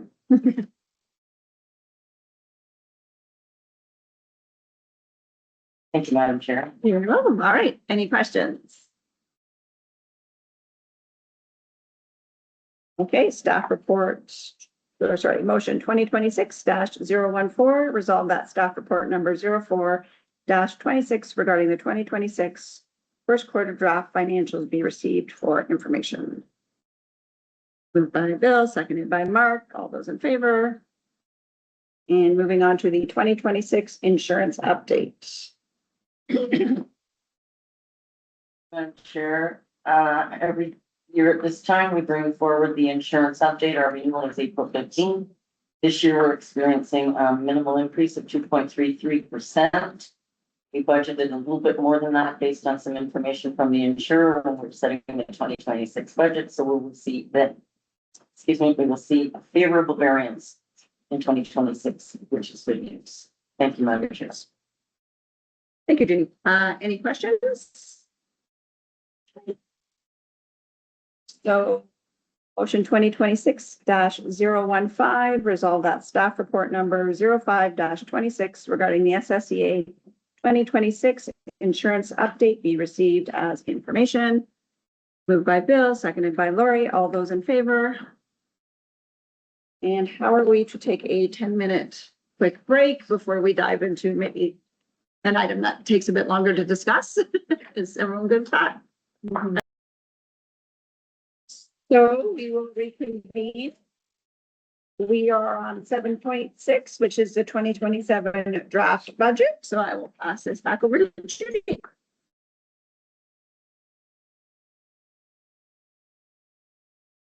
you, Madam Chair. You have a detailed staff report in front of you, but I thought it would be best to go through the slide deck so that you can have all the information before you make the decision of your three motions that are built into the staff. Next slide, please. So, on behalf of the team, we're very proud to bring forward this budget. As the years have gone on, the team gets more and more involved with budget. So I believe that with all the staff participating and providing the information on the items and things that they need to get their jobs done, it provides a very good, solid, comprehensive budget for the team. And based on last year's significant external revenue that the team secured, I believe that is what is shaping this budget and helping it come along with the reasonable increase in 2027. And we did not use reserves like we did in 26 to reduce the impact on partners because we had external funding and we didn't need to do that. So that's awesome. Next slide, please. The budget pressures. I don't have as many nice pictures as they do in the science presentation. So I wanted to have an eye roll emoji, but we went with the thumbs down. So 1% increase in municipal share is approximately $10,000. So obviously we have 7 partners versus 8. That was a $97,000 reduction in revenue in 2026. It's higher in 2027. We've already talked about the 2 years of outstanding audited financial statements, which leaves us not knowing everything that we want to know. For example, our interest income and our employee future benefits liability. The drinking water source protection agreement currently expires in March 31, 27. We have new updated MCAP data. We've got elections this year. We've got gas and natural gas prices doing some wonky things. And we have the global economy to consider. Next slide. The budget positives, a thumbs up. our significant external funding secured in 25, which we discussed. We have healthy reserves, and we do have municipal drinking water source protection reserves available to ease the partner increases. Strategic plan adherence. This budget's based on the principles of continuing to maintain levels of service, being a leading and sustainable organization, delivering leading edge exceptional value of service, and strengthening existing partnerships and building new alliances. Just a snapshot of the highlights. There's no change in charge out rates. In 2027, contributions to reserve have stayed the same. We've increased the capital asset contribution to capital asset reserve to equal the annual amortization as is per our policy. In terms of payroll, as mentioned, the intern is still suspended. We did add a student to the core. And we also added in 2027 to complement the agreed upon agreements that the projects are currently in. Funded projects, so they're in, but they're not for increase. They are dedicated to their projects, where we have COLA, we had COLA and grid movement as well. Staff compensation review from the contingency reserve is included in 2027. The board will recall we deferred that in the 2026 budget. Core revenues increased about $51,000 due to external funding. And the projects that are included in the 27 budget are just listed there below. Next slide, please. So the three budget options that we've got today are option A, which is 7%, where the municipal share includes 49,000 of the drinking water source protection, which is basically the remainder of the year once March 31st agreement expires. The risk is that the provincial agreement gets signed and the municipal contributions go to reserve, as has happened in the past. Option B is a 2.1% increase. The municipal share does not include drinking water source protection. We are making the assumption here that the province will come through with an agreement to carry on after March 31st. The risk is that the provincial agreement doesn't get signed and this partners use the drinking water source protection reserve to cover the shortfall. Option C is 3.1%, and it has a small portion of municipal share included in the drinking water source protection. And again, the risk is that the provincial agreement gets signed and municipal contributions go to reserve. And then if it doesn't get signed, then the partners would use the drinking water source protection reserve to fund the shortfall. So this is just a quick snapshot of the change in municipal share from 26 to 27. And I wanted to lay it out this way so that the board could see that, yes, it's a 7%, a 2.1 and a 3.1% increase. However, we did use reserves to smooth the impact of the 7 partners from 8 and 26. And so technically it's a 5.9, a 1 and a 2% increase on the actual core municipal share. Just a point to make. Slide, please.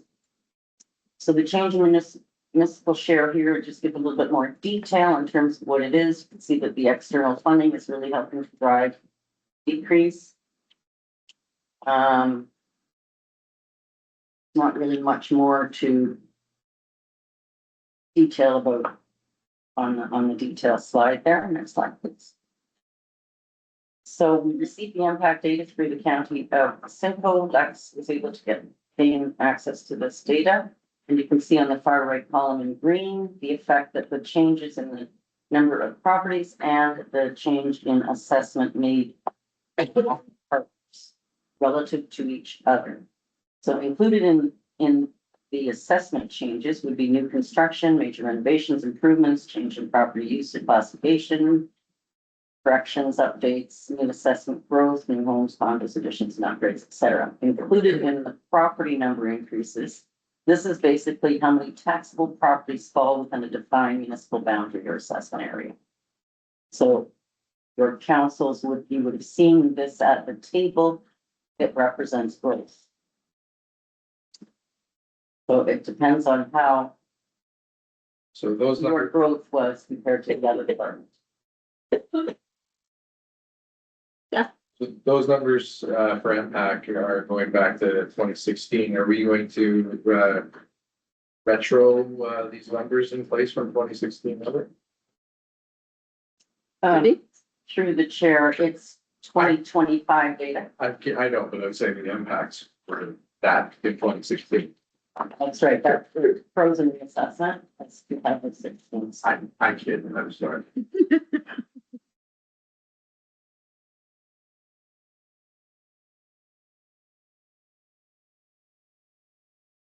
So the next slide gives a little bit more detail. The document attached to your staff report provides the next two slides on one big spreadsheet, but for the purposes of this slide, I wanted to lay out the options. Three options we've presented here using the 2007 impact data, and the three options for the 27 budget using 2025 updated impact data. The next slide gives a picture of what that means for each partner in terms of the change from 26 to 27. So naturally, the weighting is changed if you use the new 2025 data. So this provides just a quick show of what's made up of core, the change in core versus projects, and you can clearly see that the projects increase significantly. And again, as mentioned, we have signed agreements for the majority of those or existing municipal partner agreements or projects that relate to that.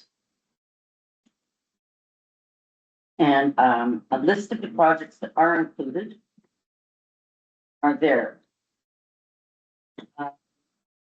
Through the chair, I believe Julie would like to speak to the agricultural and nature initiative project that completely depends on farm projects. Go ahead. Thank you. Yeah, so this money it's confirmed money. It just doesn't come to us unless we get the projects on the ground. So if there are no projects, there is no funding clearly. So this is not money in the bank. Thank you. Thank you. So we have been very careful not to assume that that entire project will go through. We're very cautious and conservative in this budget with regard to that project. In terms of SSS,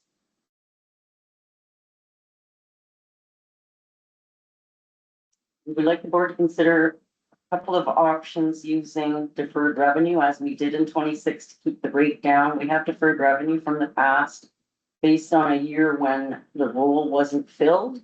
And we were able to defer that revenue as unearned revenue to future years as we were levied that.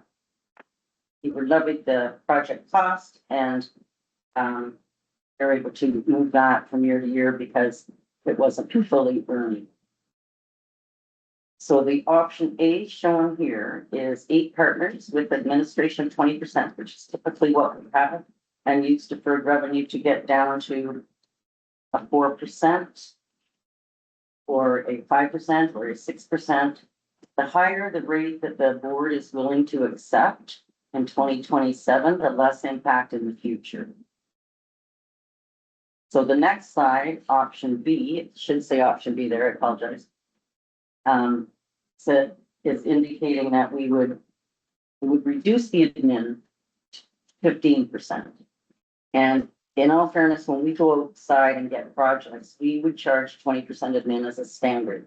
Not every project will allow us to charge the 20%, so it is not unheard of to alter that. Should the board decide that that's what they would like to do. And that reduces the cost and therefore reduces the amount of deferred revenue you could use to determine a palatable rate for the partners for SSS. It's also worth noting that the SSS flood risk project that Jennifer just presented on is offsetting 4 by 25,000 in 26 and 15,000 in 27 because that project has admin attached to it, as well as the Enbridge grants that John has secured for the partners. And of course, as usual, we will work to secure external funding to these future increases in the SSS. Sure. Yes. Just a clarification, because I don't work 2027, we're back to 8 partners with SSS since Georgian Bay signed back up for that particular program. Julie, through the chair, yes, they actually signed up in 26. So we have 8 partners this year. We budgeted in 26 on 7 and they came in, so we have an 8 partner and we're assuming they have not indicated they want to leave that project. And we assumed you would not mind having them remain a partner. Gary? Yeah, just while we're on SS. So the increase is directly related to the flood program. Judy? Through the chair, the increase is basically a result of the implementation of our compensation grid. And people are still moving through it. If I may, the flood risk project, what Judy's saying here is the flood risk project, the administration that we're recovering from that grant goes into core. So that project makes us money. It didn't cost us more. Okay. Yeah. That clarifies that. I guess all I'm getting back, there was a substantial increase last year with SS. Yes. We're asking again for another, almost the same amount. Through the chair, that was because we thought we were only having 7 partners last year. So we budgeted for 7, so the increase was quite large. So that means we will have, because the 8 they're in, there will be a surplus. We will have a surplus in 2026 based on the amount that Georgian Bay paid. You're right, and that will be deferred as well. So that will add to the amount of deferred revenue we have here for use.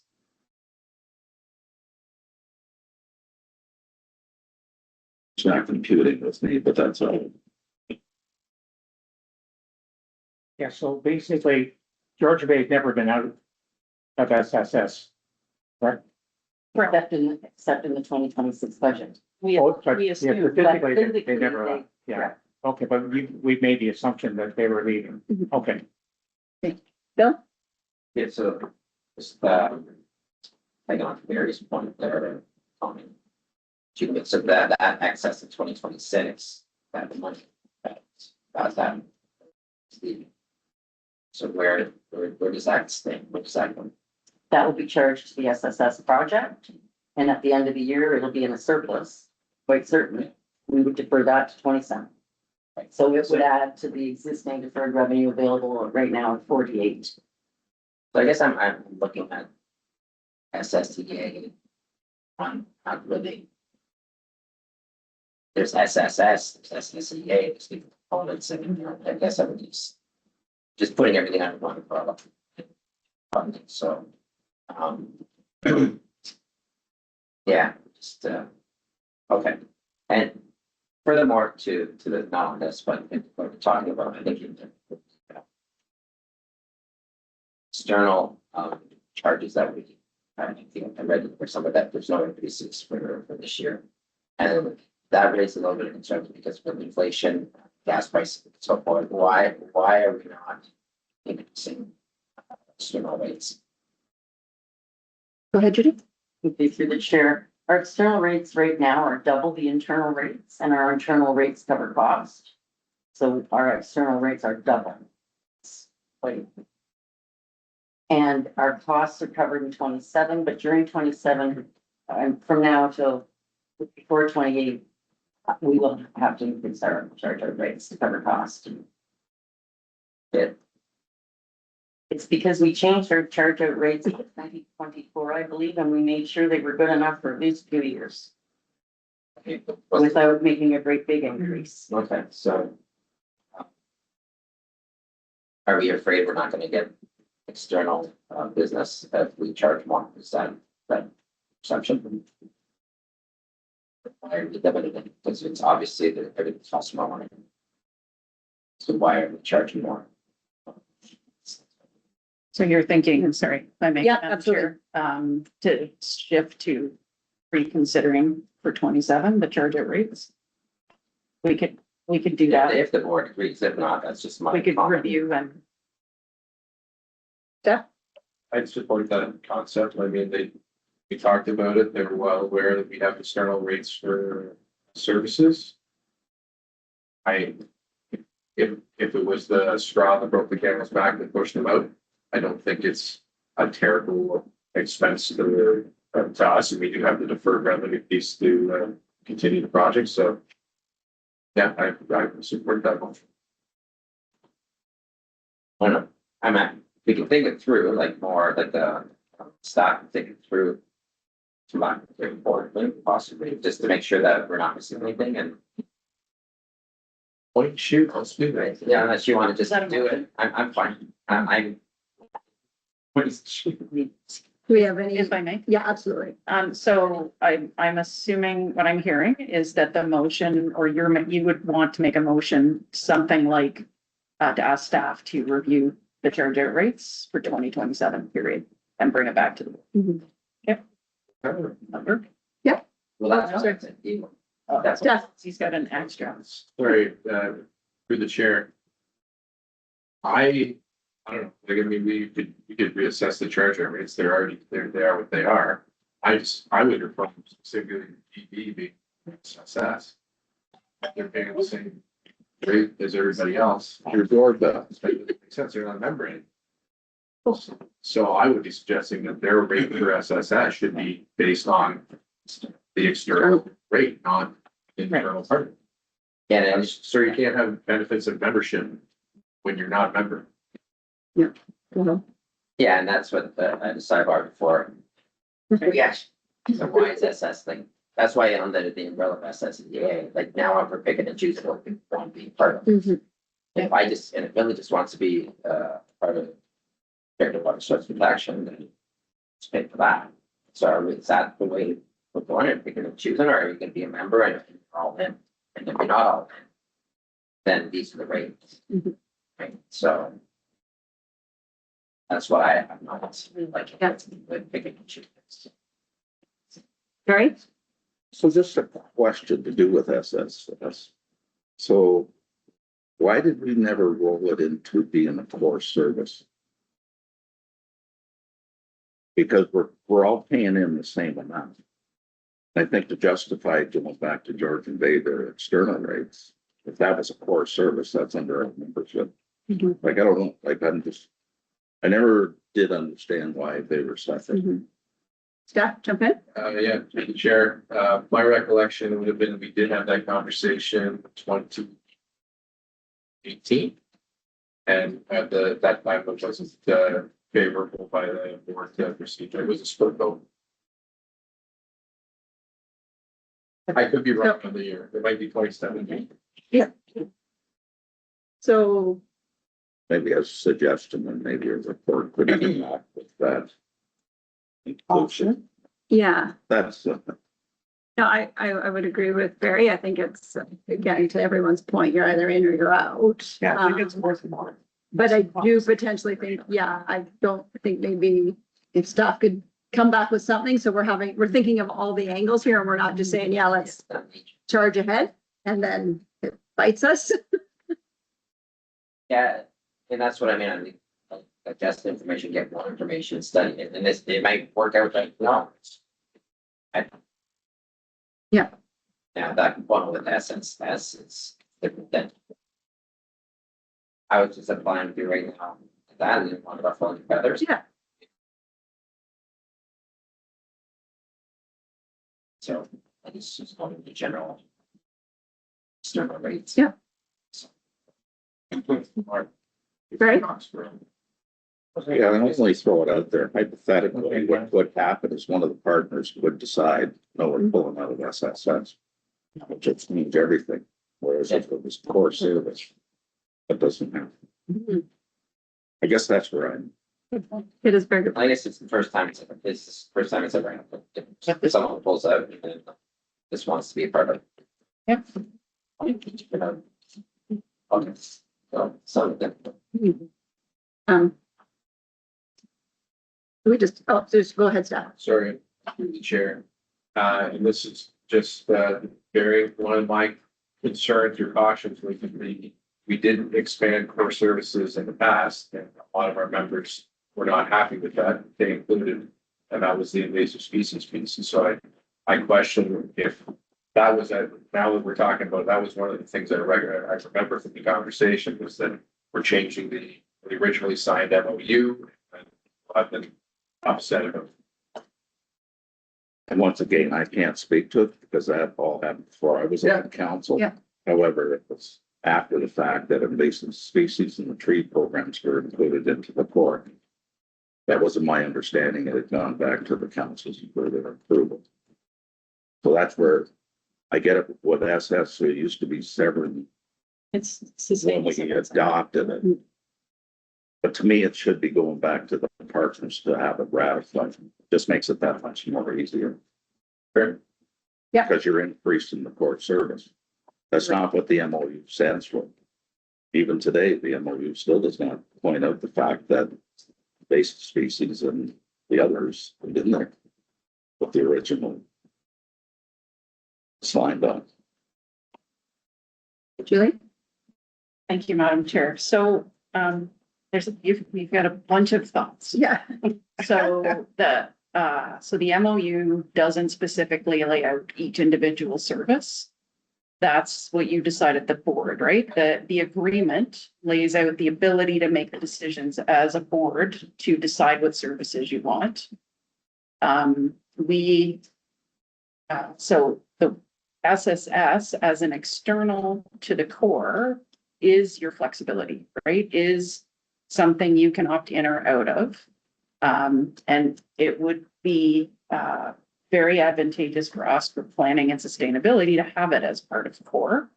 And to know that we're moving forward, right, with it on a regular basis and fitting it into the budget. And we could certainly, if you direct us to, look at what that cost would be.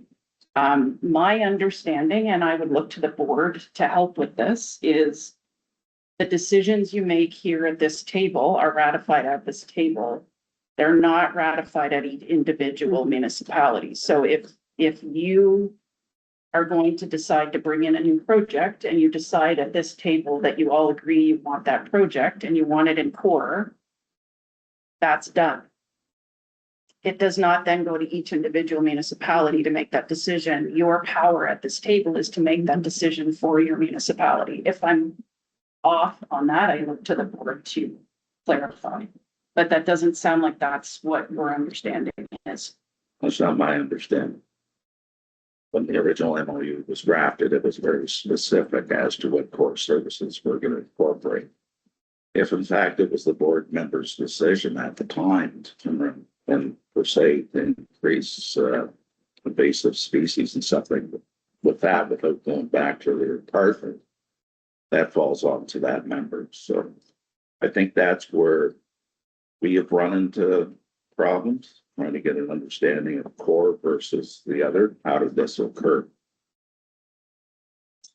So if I may. Yep. So as the executive director, then, if you come to this table and you represent TAY, so if you say at this table, if I hear you say SSS should be part of core, I'm going to assume that's coming from TAY, not just Barry. Okay. Right? So, and then I will take direction from the board as these 7 municipalities are telling me this is the direction you want to take. And if that's not how this works, I think that's well beyond the budget conversation. Okay. So I will take that suggestion of asking staff to turn around because I have not talked to this at the municipal level. I think that's another confusing part as to what a member is supposed to be represented. So anyway. Steph? Through you, Chair. The other thing, I like the idea of taking this, and bringing it back, Mary. I'm happy to have that discussion personally. The one concern that I would have is if it gets funded or folded into core. Basically, is it becoming a flat rate core item that's part of the calculation? Or is it go back to the percentage-based model, which, you know, obviously I think Tiny would have a particular concern with, because in this instance, each municipality benefits the same from the services, and I think there's more to the conversation, so. Do we, yeah, I think. Sorry, Paul, do we have any type of high level motion that we've gotten from this conversation? And do we do that now or do we fold, I guess we would fold that in at the end? Draft for, yeah, charge of rates. Or do we want to wait and kind of put this all in when we get to the options? Because I don't even know if we're done with the presentation yet. We're not actually done, thank you, Madam Chair, with the presentation, but I think I'm feeling a bunch of different motions and maybe something to think about as we reach the end of it is, do you want a motion to pull SSS out at this point for further discussion and go with the core conversation, like make a decision on Okay. core? So anyway, something to think about. And then that discussion could be something like you're gonna go back to your municipalities and see if you want that to be part of core or not, what the flavor or how it would feel for your municipalities if that's. My assumption is you do that anyway. When you get the material, my assumption is you're speaking to your municipalities so that when you come here, you already have the opinion of your municipalities, but I guess maybe making assumptions is my issue. And I also want to mention, I think you've touched on it, Steph, SSS is also not watershed based. So in your municipality, for instance, Nottawasaga or Springwater and Oro-Medonte, SSS covers your whole municipality because the CAs are not doing that work. So it's a bit different. So flat rate might make more sense in that. And we have not done that before, pulled in a flat. But anyway, so just my suggestion would be we continue with this. Yeah. And then you consider as a board, do you want to put that piece for further discussion or, you know, you don't have to make a decision today either. You can ask us to go back to look at more. Okay. And I think the motion around the charge of rates could probably be pretty clear in terms of having asking us to review them. Okay. And that again, I would suggest at the end. Yeah, okay, so I'm gonna put it back to Judy to continue the presentation, and then I do think I like pulling out the SSS piece. And then nailing down the other stuff, so we're not leaving you hanging on it.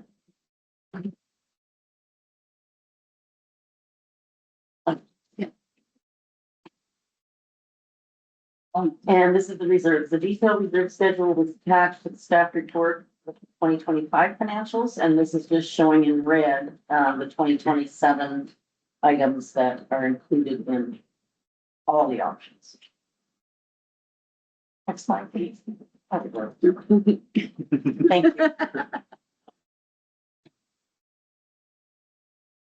Sorry?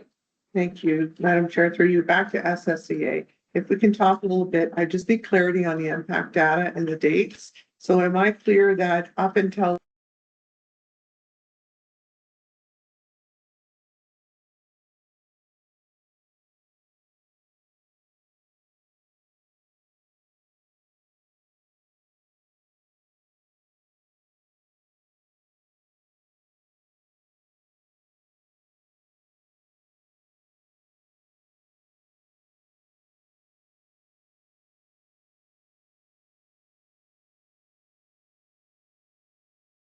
between 2007 and today?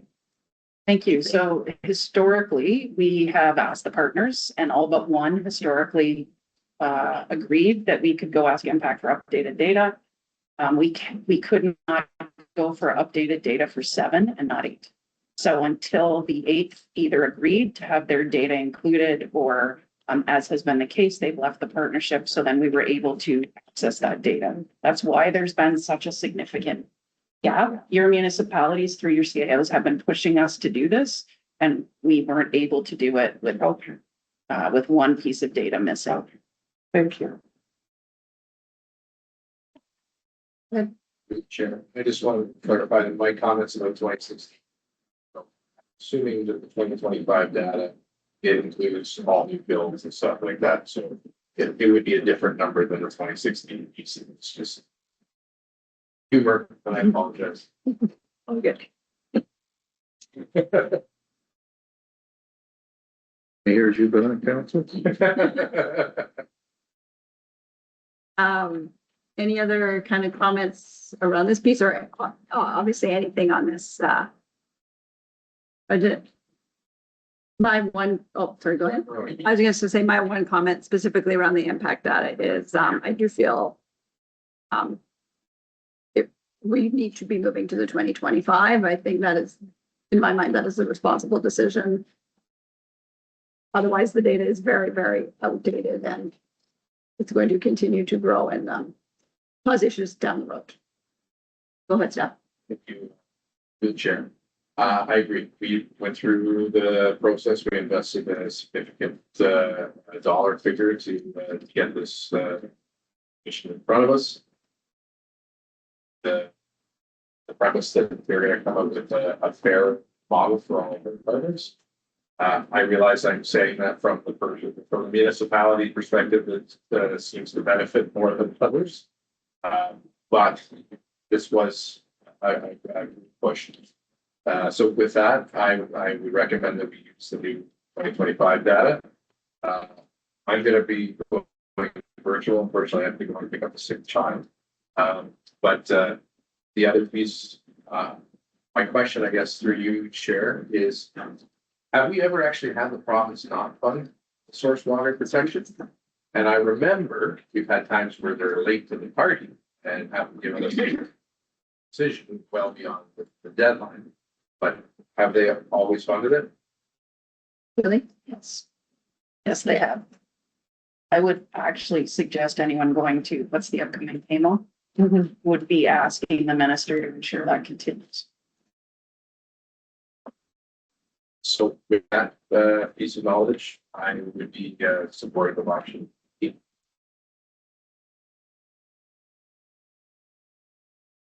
That's your point. Yeah.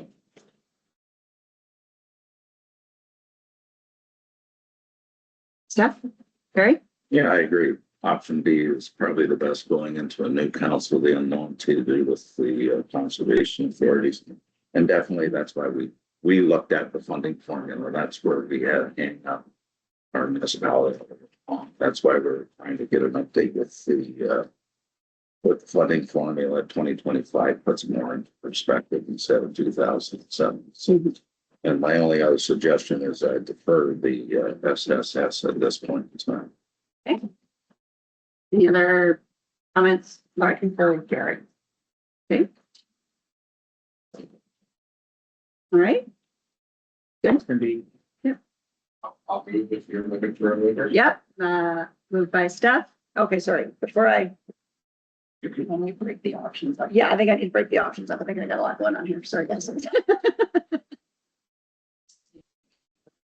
Great. Okay, so recommendation, staff report number 2026 SSEA regarding the 2027 draft budget be received. Do that one first. Okay. Moved by Steph, seconded by Mark. All those in favor? Yep. Number to there. Yep. Okay, and further that the board approved 2027 budget option B, a 2.1% 2027 core municipal share revenue increase over 2026, including assumption of DWSP being fully provincially funded in 2027 at $75,000. And that's, can I suggest? Yeah, that just as a separate motion. So no. Okay, no further that. So move that. Okay. Can we move that? The board approved 2027 option B. Moved by Steph, seconded by Mark. All those in favor? Okay, and then down to this one, which would be, yep. Then we will move that. No for that. Okay, move that the board approve the impact data option. So which one is that? Sorry. B. Option B to use to start using the updated 2025 data.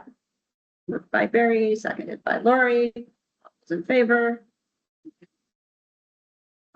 This is the difference. Yes. SSS. Okay. So on the SSS, are we feel like I'm reading the table, but please jump in if I'm wrong, that we would like to defer that back to staff to come back with different options, including adding it to the core and there's any other specific options you would like them, or if you require further direction on that, Julie, or is vague better? I think if the board is comfortable, I think, oh, Judy's got her hand up. Through the chair, I think the option was to potentially charge an option with Georgia Bay paying external rates. Was that an option the board wanted? I think that was an option, but I think it was also an option to look at just pulling the whole SS budget into the core budget and just seeing kind of the ramifications of that, if we wanted to look at that. That would be part of the, or if we're gonna charge an external care, how's that Yeah. relates back to the other Right. partners, so. How about, may I? Just 1 second, and go ahead. Yeah, just to be clear, so in that report, there'd be moving SSS into core. Mhm. And then also, The external, what is the external rate of budget? Yeah. SSS into core, what does that look like? yes. And then kind of.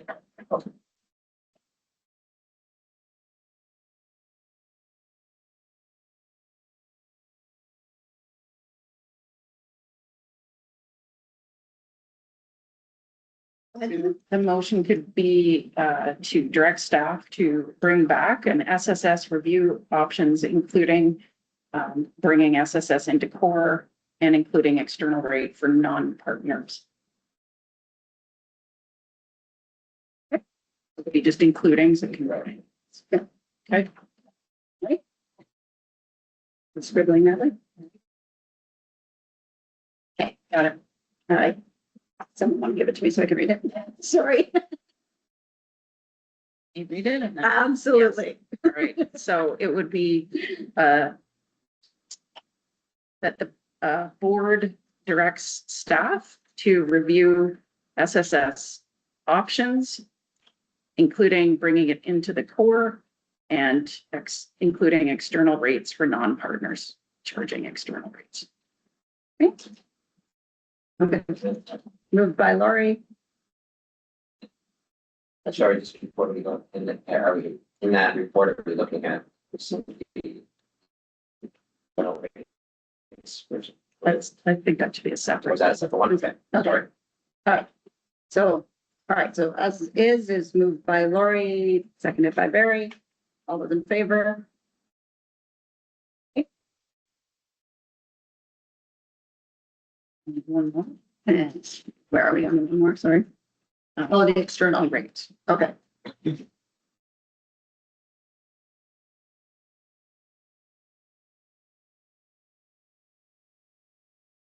Yeah, my assumption would be, it would be that the board would be directing staff to review the external rate for 2027. Yes. Everyone's got moved by Bill, seconded. In relation to the inflationary pressures. Okay, thank you. Perfect. Moved by Bill, seconded by Mark. All those in favor? Thanks. I think we're done. Yeah, that one. My apologies, Madam Chair, everybody. Okay, so, Good. Hold on online as long as I can. all right, so we are moving on to, corporate administrative updates. So the first one is the review final report chronology. Over to you, Julie.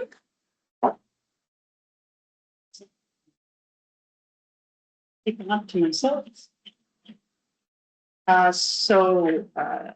Thank you, Madam Chair. The report just provides some updates on the time. So there's a briefing note that went to your municipalities, to you and to CIOs, just detailing so that it's clear what the timeline was.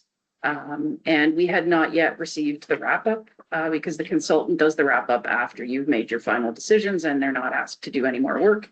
And so the final report from them has come. There's nothing different in it. It's just a wrap up of the discussions that happened and the work that they did. And that's what this report is. So there's no decision required. This is basically just the final piece to close that project. All right. Any questions, comments on this? Barry? I guess I'm just going back to, so by us voting on this today, we're gonna either accept it or put it down. I think we're just, However, we're just receiving. we're just receiving it for information. And then. Thank you through the chair. You've already made the decisions, right? So you've already made the decisions around the funding, the outcome, the funding formula, and the changes to the agreement. And so this is the consultant providing you with just a wrap up of what work was done, all the presentations they made to you in a report. Correct, here at the board, not at the municipality level. So I guess this is where I'm getting back into. When we get our agendas. Prior to vote on things, a lot of times it hasn't even had the opportunity to get to councils for discussion. I don't have a problem in taking this to the next meeting. That way it gets back to the municipalities to either agree or disagree to it. That's how I see it. Maybe I'm misunderstanding what I'm sitting here as a board member, but I need to get that clarified first. Okay, so if we're just receiving this, I don't think there's necessarily any type of impact to staff or moving forward with anything. If we're just receiving, if we push this, we defer this to the next meeting, or is that going to impact your ability to move forward with anything? Thank you, Madam Chair. It does not. This is just housekeeping as far as I'm concerned. This is the consultant final report. I need you to receive it so that it can be public. So if your CAOs, anybody else wants it, we have a place they can go for it. It was referred to in the final report or the briefing note that went to your CAOs. In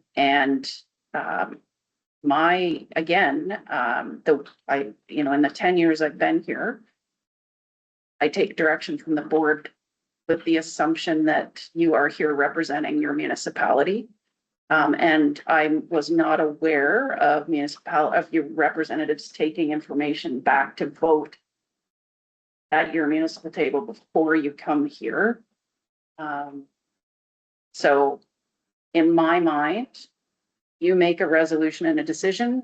It appears in the minutes, you approve the minutes. We're ratified, we're moving forward with those decisions. And that it would operate similar to a municipality. If you do or don't agree at this table, then you need to make that known at the time of the vote. We are moving forward based on the decisions made at the last board meeting about the outcome that is included in this report. So the report, in my mind, does not change any of that. The report just clarifies that the contract was fulfilled. And just to make sure I'm understanding, by voting to receive the report, you can then make it public. Yeah, technically it is public at this point because it's part of your package. Okay. Yeah. Should not be any new information. Sorry, Steph, go ahead. Through the chair. I just wanted to say, completely agree with Julie's comments. My understanding of our procedural bylaws is that we are a joint municipal service board and they have their own set of rules, just like any corporation. Yeah, so can you hear me now? Hello. Figures. I'll try again in a minute. Oh, wait, I think I can try now. Hello, can you hear me now? Nope, we've lost you.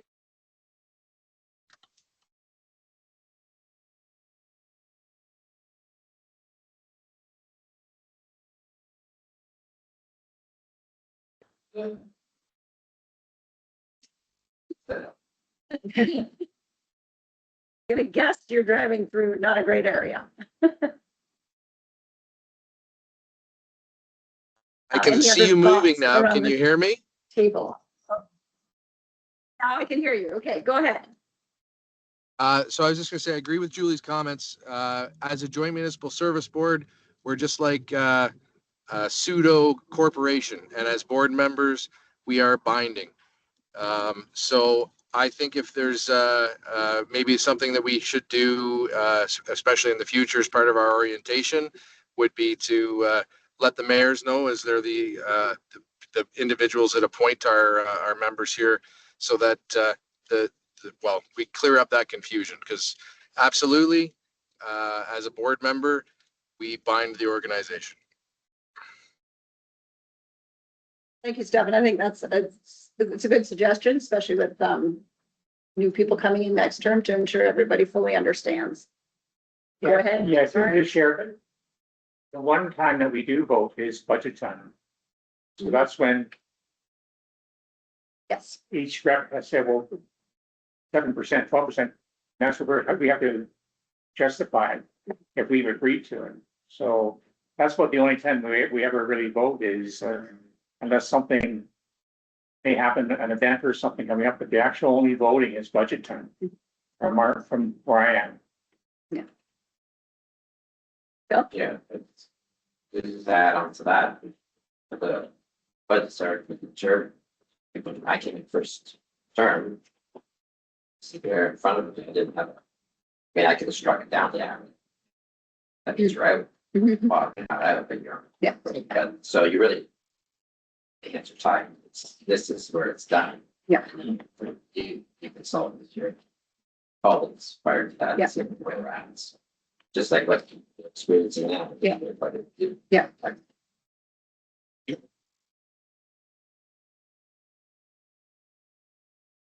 Okay, so given that conversation, are we comfortable moving forward and receiving this report? I think it's already done. Yeah, yeah. So the actionable items, I think, and the direction we voted on last, the first quarter meeting, or it's whatever, the end of Q4. So this is just receiving the wrap up. Okay. So this is really significant. Yep. Really. Housekeeping to do these. Yeah. Okay, so resolve that staff report number 07-26 and the accompanying final report of the independent party review of the SSEA agreement and core funding formula be received. So I'm going to actually ask for a mover and seconder on this, just to make sure I don't put words in anybody's mouth. Moved by Mark, seconded by Bill. All those in favor? In favor. Thanks, Steph. Moving on to the funding application update. Thank you, Madam Chair. Sorry, Julie. Go ahead. Okay. Okay. Thank you. It's been another good couple of years, and this is, in my lifetime here, the first couple of years that we've had forward committed money. So we're not just looking at the year we're in, looking at the year ahead. So if you look at the end of the report, we have approximately $885,000 in external funding committed in 26. And for 27 through 29, we have approximately another about 840,000. Oh, Judy's telling me we're up to $1 million. Wow. So we're pushing the 2 million over the 26 to 29 in external funding. That would be the team. I would love to take credit for that. I just review things. This is an amazing team, finding opportunities everywhere. I also want to point out, this is funding that the only way we leverage this is with your core. So the only way we leverage it is because we already have a budget and that we're a stable organization moving that forward. The other thing I want to mention is this does not include the funding that our staff find that they then link for your municipalities to apply for. So things like John and SSS finds Enbridge money, and that's 10,000 plus per municipality. That's not included in here. So I think that's a summary. I think Judy would like to say something then. Go ahead, Judy. Through the chair, I just noticed in here typo on this report on the last page where it says 27 to 29 is 839,184. It should read 1,012,184. Apologize for the error. We'll take more money. Yeah. Thank you. Any comments or questions around the table on this? Amazing. I would concur. Great job to the entire team. That's a lot of grant money coming in. All right, so motion 2026-018, resolve that staff report number 08-26 regarding funding applications update be received for information, moved by Lori, seconded, by Bonita. I think she's here. All those in favor? In favor. Moving on to the Smart Water Watch program. Thank you, Madam Chair. You've already had the presentation, so you've seen the great details of this project. I would just refer you to page 2 of this report, which lists the dates that there will be deputations planned at your municipalities. So it would be great if you need anything prior to that to help you support.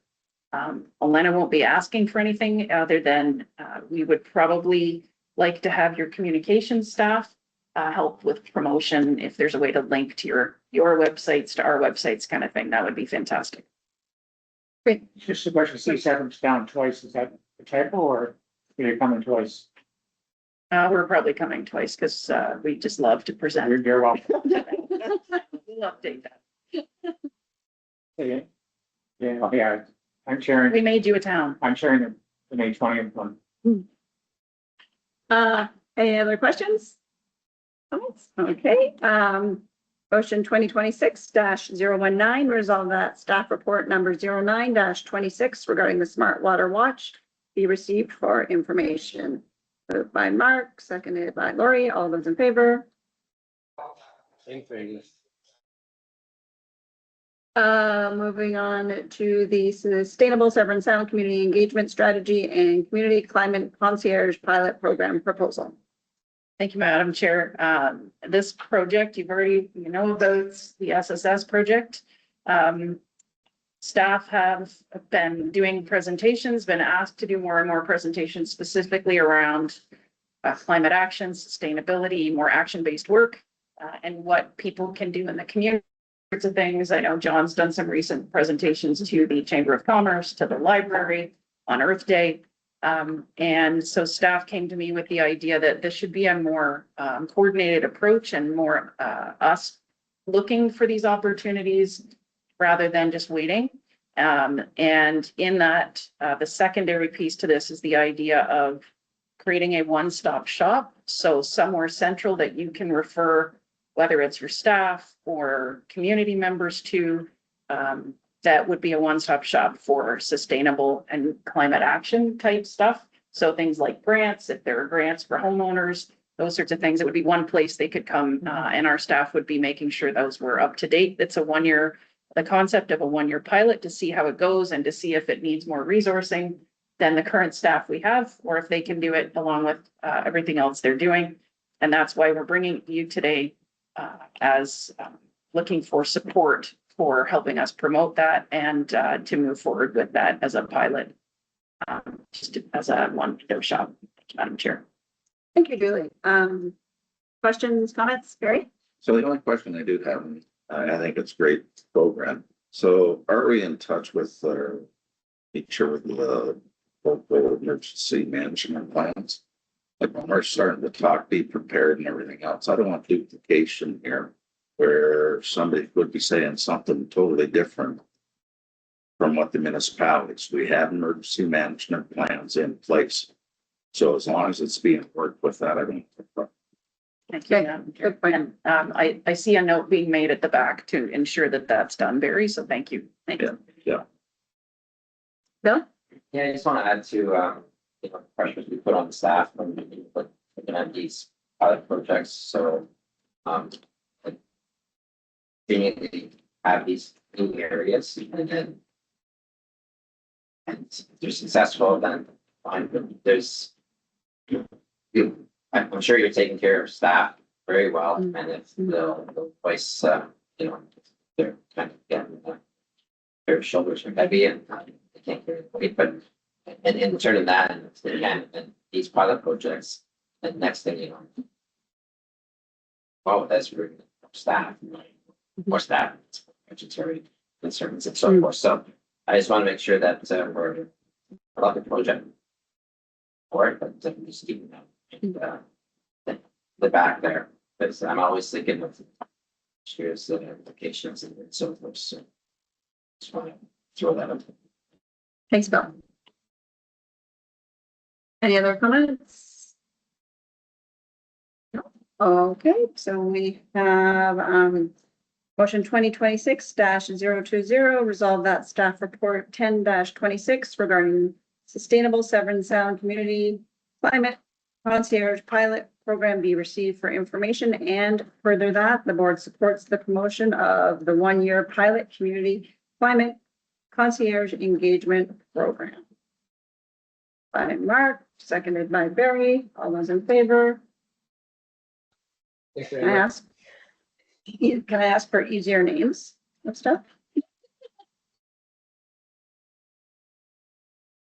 Madam Chair? Unfortunately, I've arrived at the school. I have to give my regrets for the remainder of the meeting. Apologies. Okay, thank you, staff. Moving on to flood ready Severn Sound update. Thank you, Madam Chair. Nothing other than what you saw in the presentation so far, so just the report. All right, did we have any questions from the report earlier? No. All right, moved by Bonita, seconded by Barry. Oh, sorry, I need to read the motion.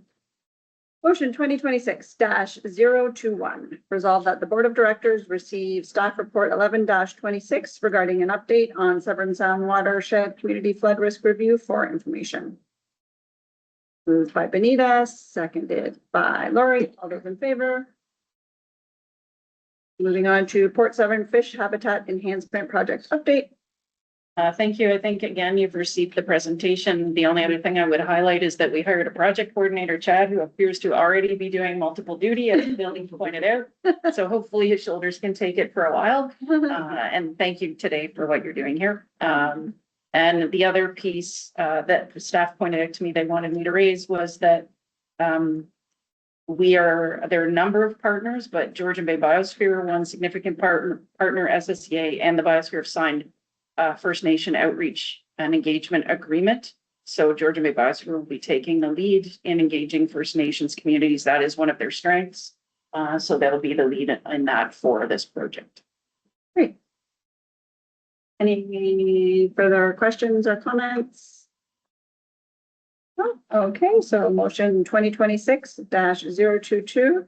Resolve that staff report number 12-26 regarding Port Severn Fish Habitat Enhancement Project update be received for information. Moved by Mark, seconded by Bonita. All those in favor?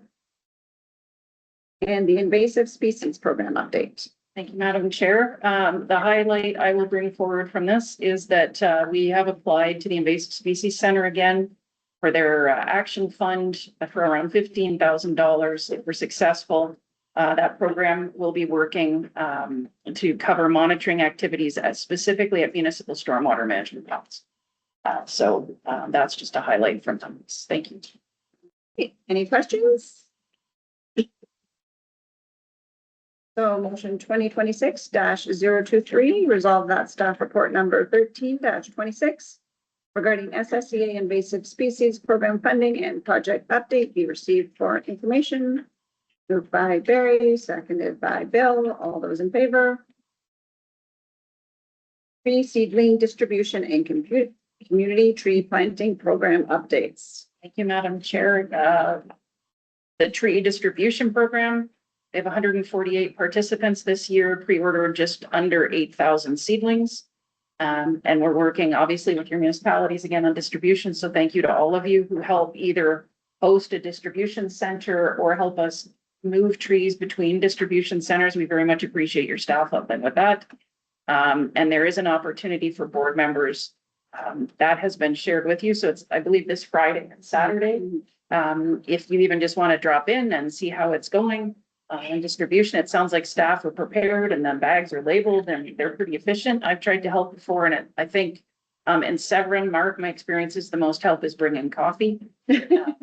That's yeah, it's the only place we've had a mayor and deputy mayor bring treats constantly.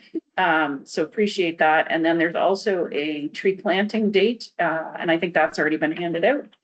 So, yep, if you want to take part, we're happy to have you join us. And we will be walking you through some stretching ahead of time. To make sure everybody's My safe. back hurt the last time afterwards. You want to make sure that doesn't happen. Thank you, Madam Chair. Thank you, Julie. Questions, comments? Sorry, Go ahead, may I have it, with regard to the seedling distribution? Would I want to check with Oro-Medonte to see if they are taking some of the trees? I'm asking for personal reasons. My husband has ordered a whole bunch of trees and we're going away tomorrow. So I'm not sure whether it's where he has to pick the trees up here or. Yeah, so it'll be one of those two sites, and I'm assuming somebody will have, hopefully have let him know which site, but we don't throw them out. Okay. Although some of us might want to take your trees home with us. No, I'll make sure somebody picks them up. Sorry. Jesus, I need.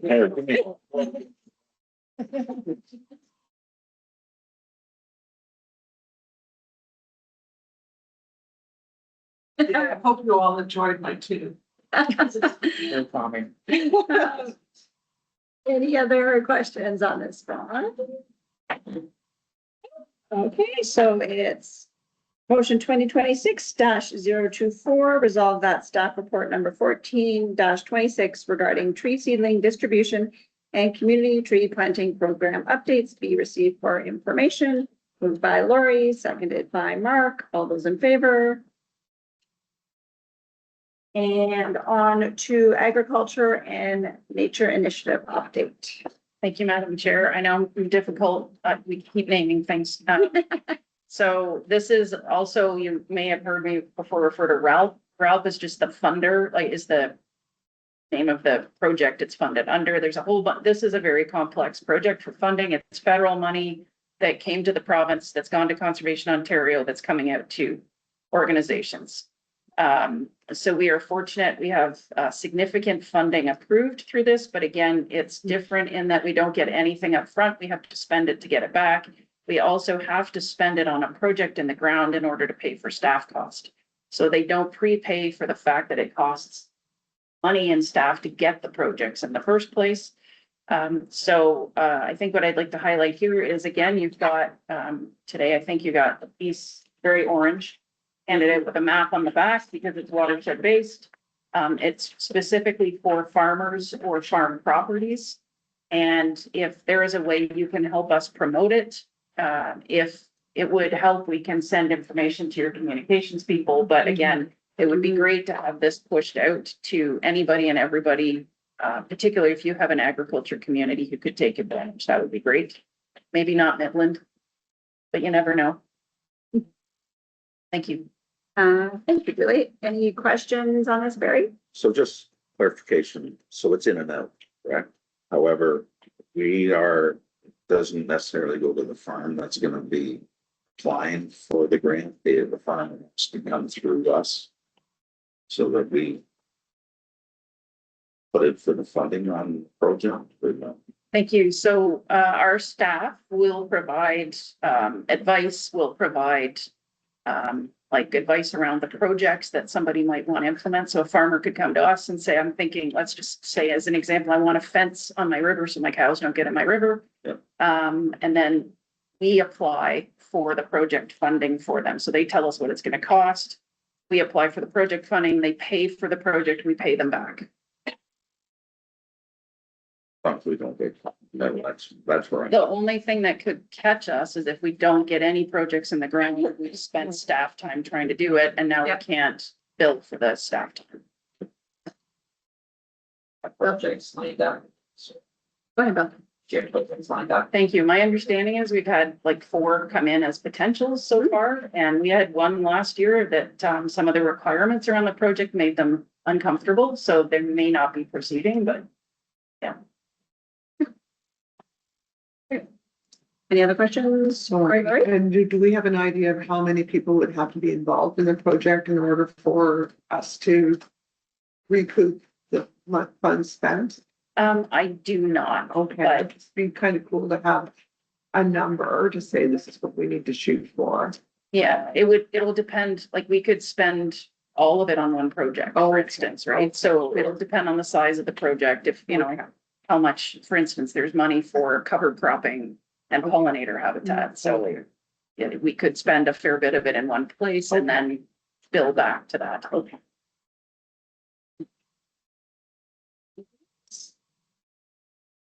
Okay, so, motion 2026-025, resolve that staff report number 15-26 regarding SSEA Agriculture and Nature Initiative, well, update be received for information. Moved by Bill, seconded by Lori. All those in favor? Moving on to Mactabash Bay Turtle Project update. Thank you, Madam Chair. This is another, project that we receive external funding for. We're partnered with Georgian Bay Forever. They received the funding and then basically subcontract us through their funding to do some work. And this is an action biodiversity, doing work on the ground, doing habitat work on the ground.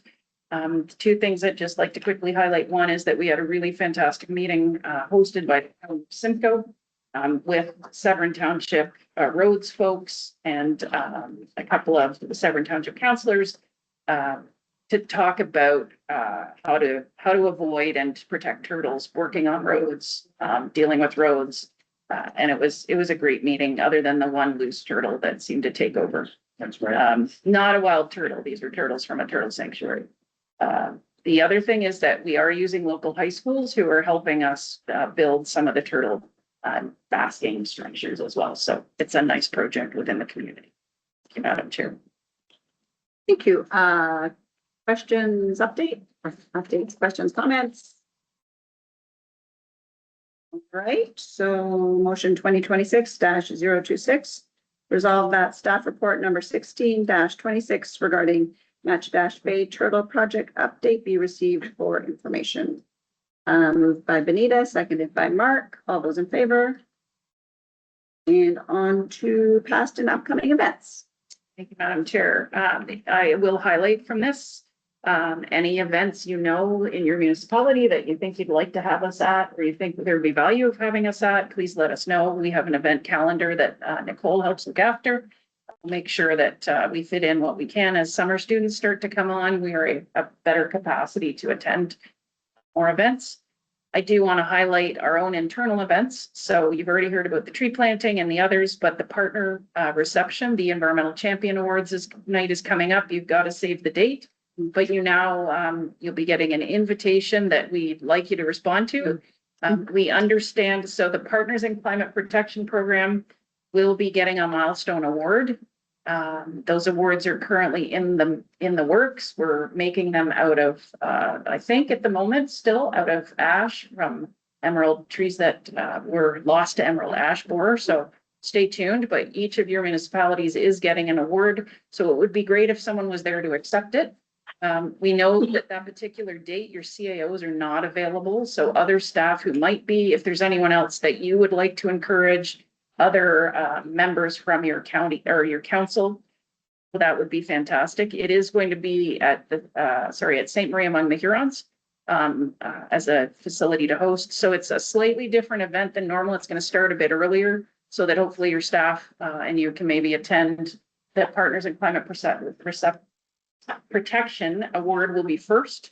There'll be a slight break and then we'll go into the community awards. We'd love for you to be able to stay for all. Your staff are welcome to stay for all. And anyone you think you would like us to invite, please let us know so we can keep track of numbers and who's being invited. Thank you. Thank you, Julie. Questions, comments? Okay. Motion 2026-027, resolve that staff report number 17-26 regarding SSEA past and upcoming events be received for information. Moved by Barry, seconded by Mark. All those in favor? And moving on to Lakewide Action and Management Plans update. Thank you, Madam Chair. This again report, there is a giant report that's attached to it. A big thank you to Lex, who spearheaded trying to help us get this finished. We did have $40,000 from the, well, 39,999 from the federal government to, as a transfer payment to get this accomplished. The purpose really for them, and if you're wondering why they would want to do this, is the history here is like no other. So the fact that we were an area of concern, that we delisted, but that your municipalities took a leadership role in maintaining the changes that were made by creating this organization. And now we're part of this lake-wide management program for Lake Huron. So they wanted that documented. There's a number of areas of concern still left around the province that are not delisted. And they wanted some help with lessons learned and advice for those as they hit a point where they'll be delisting. So it's just a receipt of the report. It's a lengthy report. Happy to have you read it, but understand that you've got lots on your plates. Thanks, Julie. Any questions or comments on this? I think it's great that they've actually asked for kind of a lessons learned and, you know, this is how we were able to successfully move forward to help kind of other areas versus just good job and then they move on and nobody actually takes the information. So that's great. If I can just add to, yeah, he probably doesn't know, but I also on the signature line listed Lex as our historian. Yeah. Those multiple hats. Okay, so motion 2026-028. Resolve that staff report number 18-26 regarding Severn Sound from remedial action plan to environmental association transition to lakewide management report be received for information. Moved by Bill, seconded by Mark. All those in favor? And on to the Conservation Authority change update. Thank you, Madam Chair. We're almost there, I promise. But this is a significant, I know some of you, Springwater and Oro-Medonte in particular, I know you're part of CAs, so this will impact you more directly as the changes are put in place. So I think we've kept you up to date as this process has moved along, knowing that we're not a conservation authority. So the assumption was no direct impact. It's becoming clear that there's probably going to be some either unintended consequences or impacts that you may need to consider. So, you know, I do talk to your CAOs as much as possible in terms of providing them with either briefing notes or some of them reach out on a regular basis to get updated to make sure that they know what we know and if they should know anything. Although it has been made clear, and I did look at, so everything that was happening received royal assent in the budget bill. So everything passed during the budget bill. What was that, 2 weeks, a week ago? So there is no opportunity to change any of what's happening.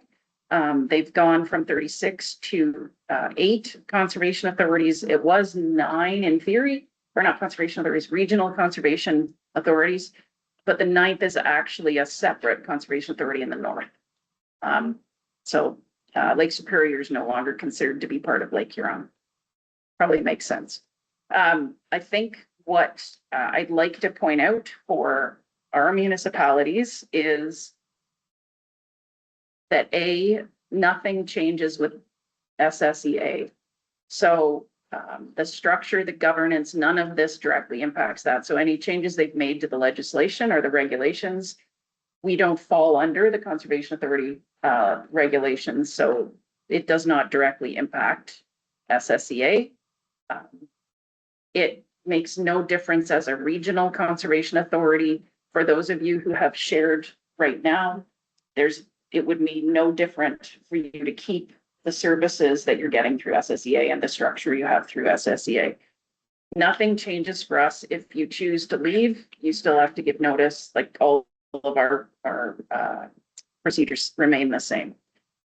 What is becoming clear is the change in governance for the new conservation authority. So for those of you who have not, aren't familiar with the CA structure, currently the lower tier municipalities are the members of the conservation authorities. In the new structure, because there'll be these giant regions, the lower tiers are not involved anymore. It will be upper tiers.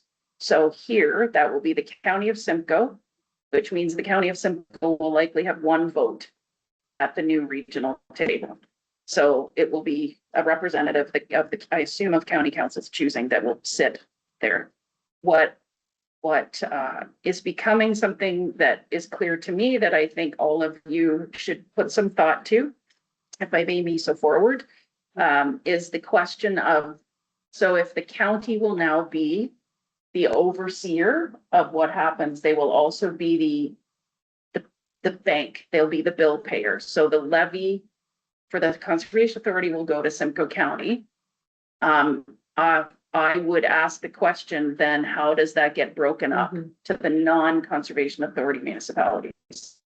So the regulation, I did look again last night, Bill 97, the budget bill, it clearly says that during the transition period, so they don't plan to start implementing the changes until 2027. As you might imagine, that's going to be a significant undertaking.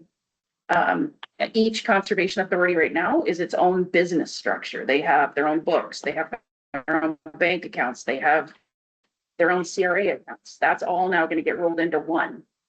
They have their own HR, they have their own payroll, they're all paid differently. So all of that has to be worked out. So during that time, they've said actions to establish a conservation authority, enlarge an area of jurisdiction of an authority, or amalgamate any authority, or dissolve an authority are prohibited. So that would say to me, they are not planning, nobody's planning, they're openly saying they're not planning to move the line. So nobody's planning to pull Midland in or Penetanguishene in. However, my question would be, if the county's paying the bill, how are they going to differentiate between who is a CA and who isn't a CA as a lower tier when they levy you as a municipality? That would be my question. So I've included 3 questions here. We're happy to help facilitate that. I have had 2 CAOs reach out to me about wanting to do deputations at AMO and wanting to know what kind of questions that they should be asking to the province. This to me is more of an operational question to the county, because the county is going to be the one who needs to or has to figure that out in whatever capacity that looks like. You know, there has in the past, to be transparent, been a conversation with the county, I want to say 8 years ago, about bringing budgets up to the county level. So at the time it was, could you have LSRCA, NVCA, and SSEA all at the county level for budget? So that could be another conversation, which would be if that would fill this blank space on a map for the county. Just a suggestion, but I think it's a conversation that probably needs to be happening with the county, and we're here to help if you need help framing them or with background, if it's not in this report that you need background with. The second piece that we want to bring to your attention is that now that the Conservation Authority changes have passed and they'll be implementing them, the Clean Water Act for source protection, the source protection regions and authorities name conservation authorities. Those names will no longer exist.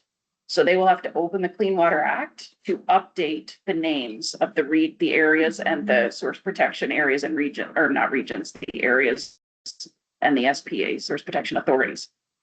We are listed with one other area separately in those, in the Clean Water Act, because we aren't a CA, but we're one of 2 non-CA source protection authorities. If you want that to continue and it's important to you that Severn Sound is still a source protection authority and not rolled into something else, that needs to be, I believe, needs to be made clear to the province. Again, we have had an indication from staff, provincial staff level at the province. I'm looking at Melissa, so she can either go, no, stop talking, that I'm not naming names, that it appears that there's no intent to change the name as a Severn Sound Environmental Association, SPA. I personally would want to just make sure, if that's something you want to see continue, that the province understands that.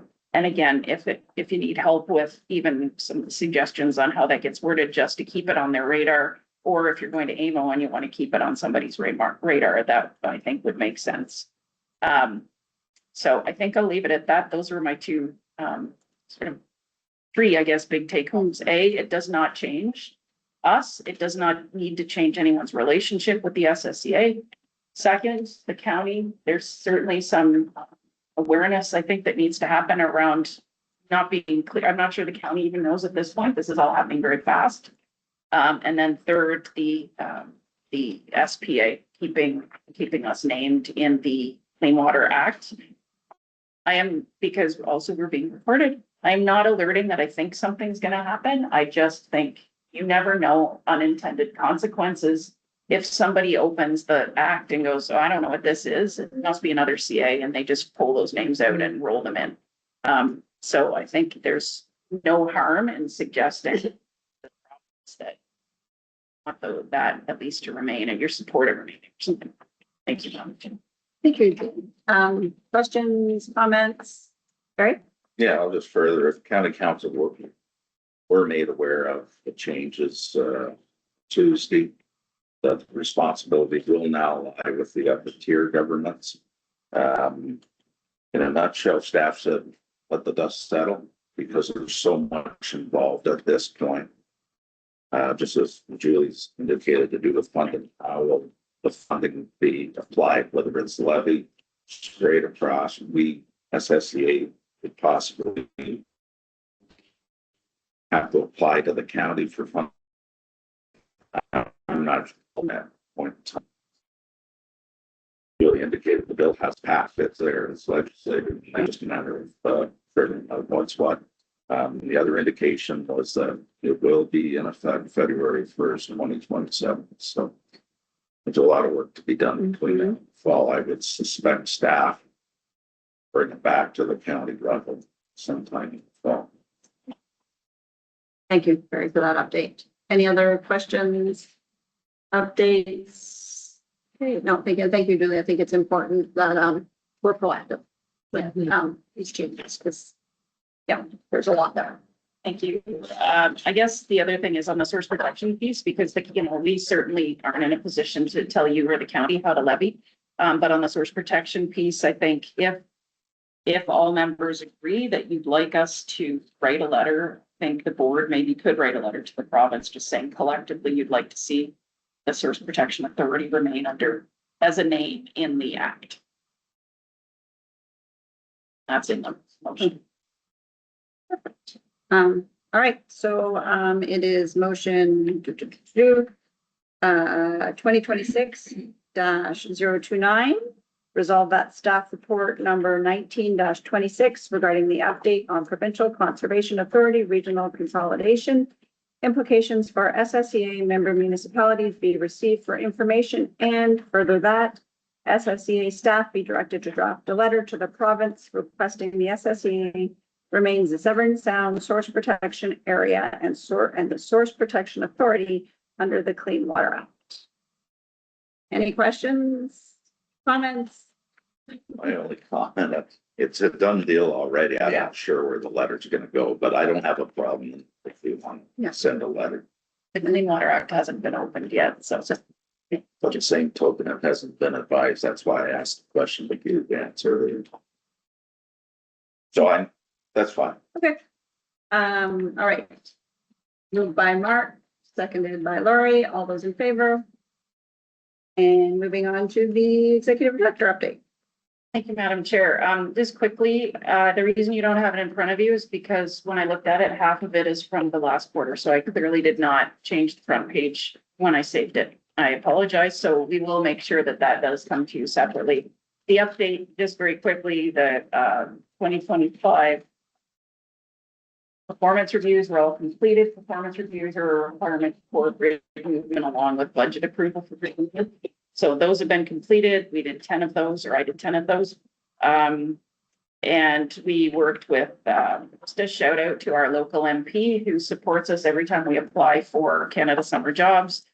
So once again, we're fortunate that we've received what we asked for, including 16-week positions instead of 8-week positions. So that's fantastic. And a lot of my time has been spent on this Conservation Authority review, boundary changes, and making sure I'm connecting with the right people. So the Lake Simcoe Region Conservation Authority is at the lead with this region, as well as county staff now. So I met and have a regular meeting set up with county staff just to sort of keep us in the loop on that as well. And the rest you'll see in there is all just updates. Any questions? Yeah, I think it's great news that we moved to 16 weeks from 8 weeks on the summer positions because it's hard to get students for 8 weeks. They're trying to make money and go to school, so that's very good news.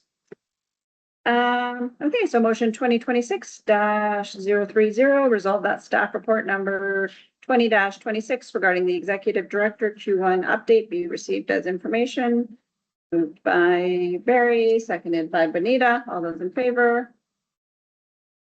Okay, and moving on to see if there are any member announcements. Barry? Yeah, the only one I've gotten that's, it's been in the newspaper, Elantra is now purchasing New Market tape.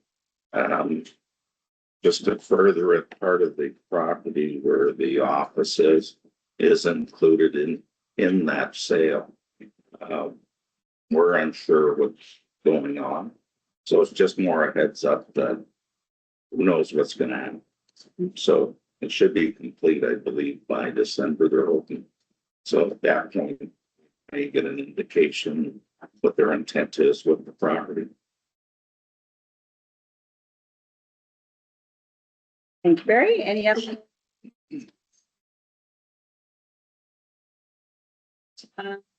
So no correspondence, no closed session. Other business. Do we want to circle back to the septic discussion without stuff? Probably not. I'm thinking, because I think he was kind of, so maybe we'll just defer that to the next meeting. Everybody's dying to jump into that.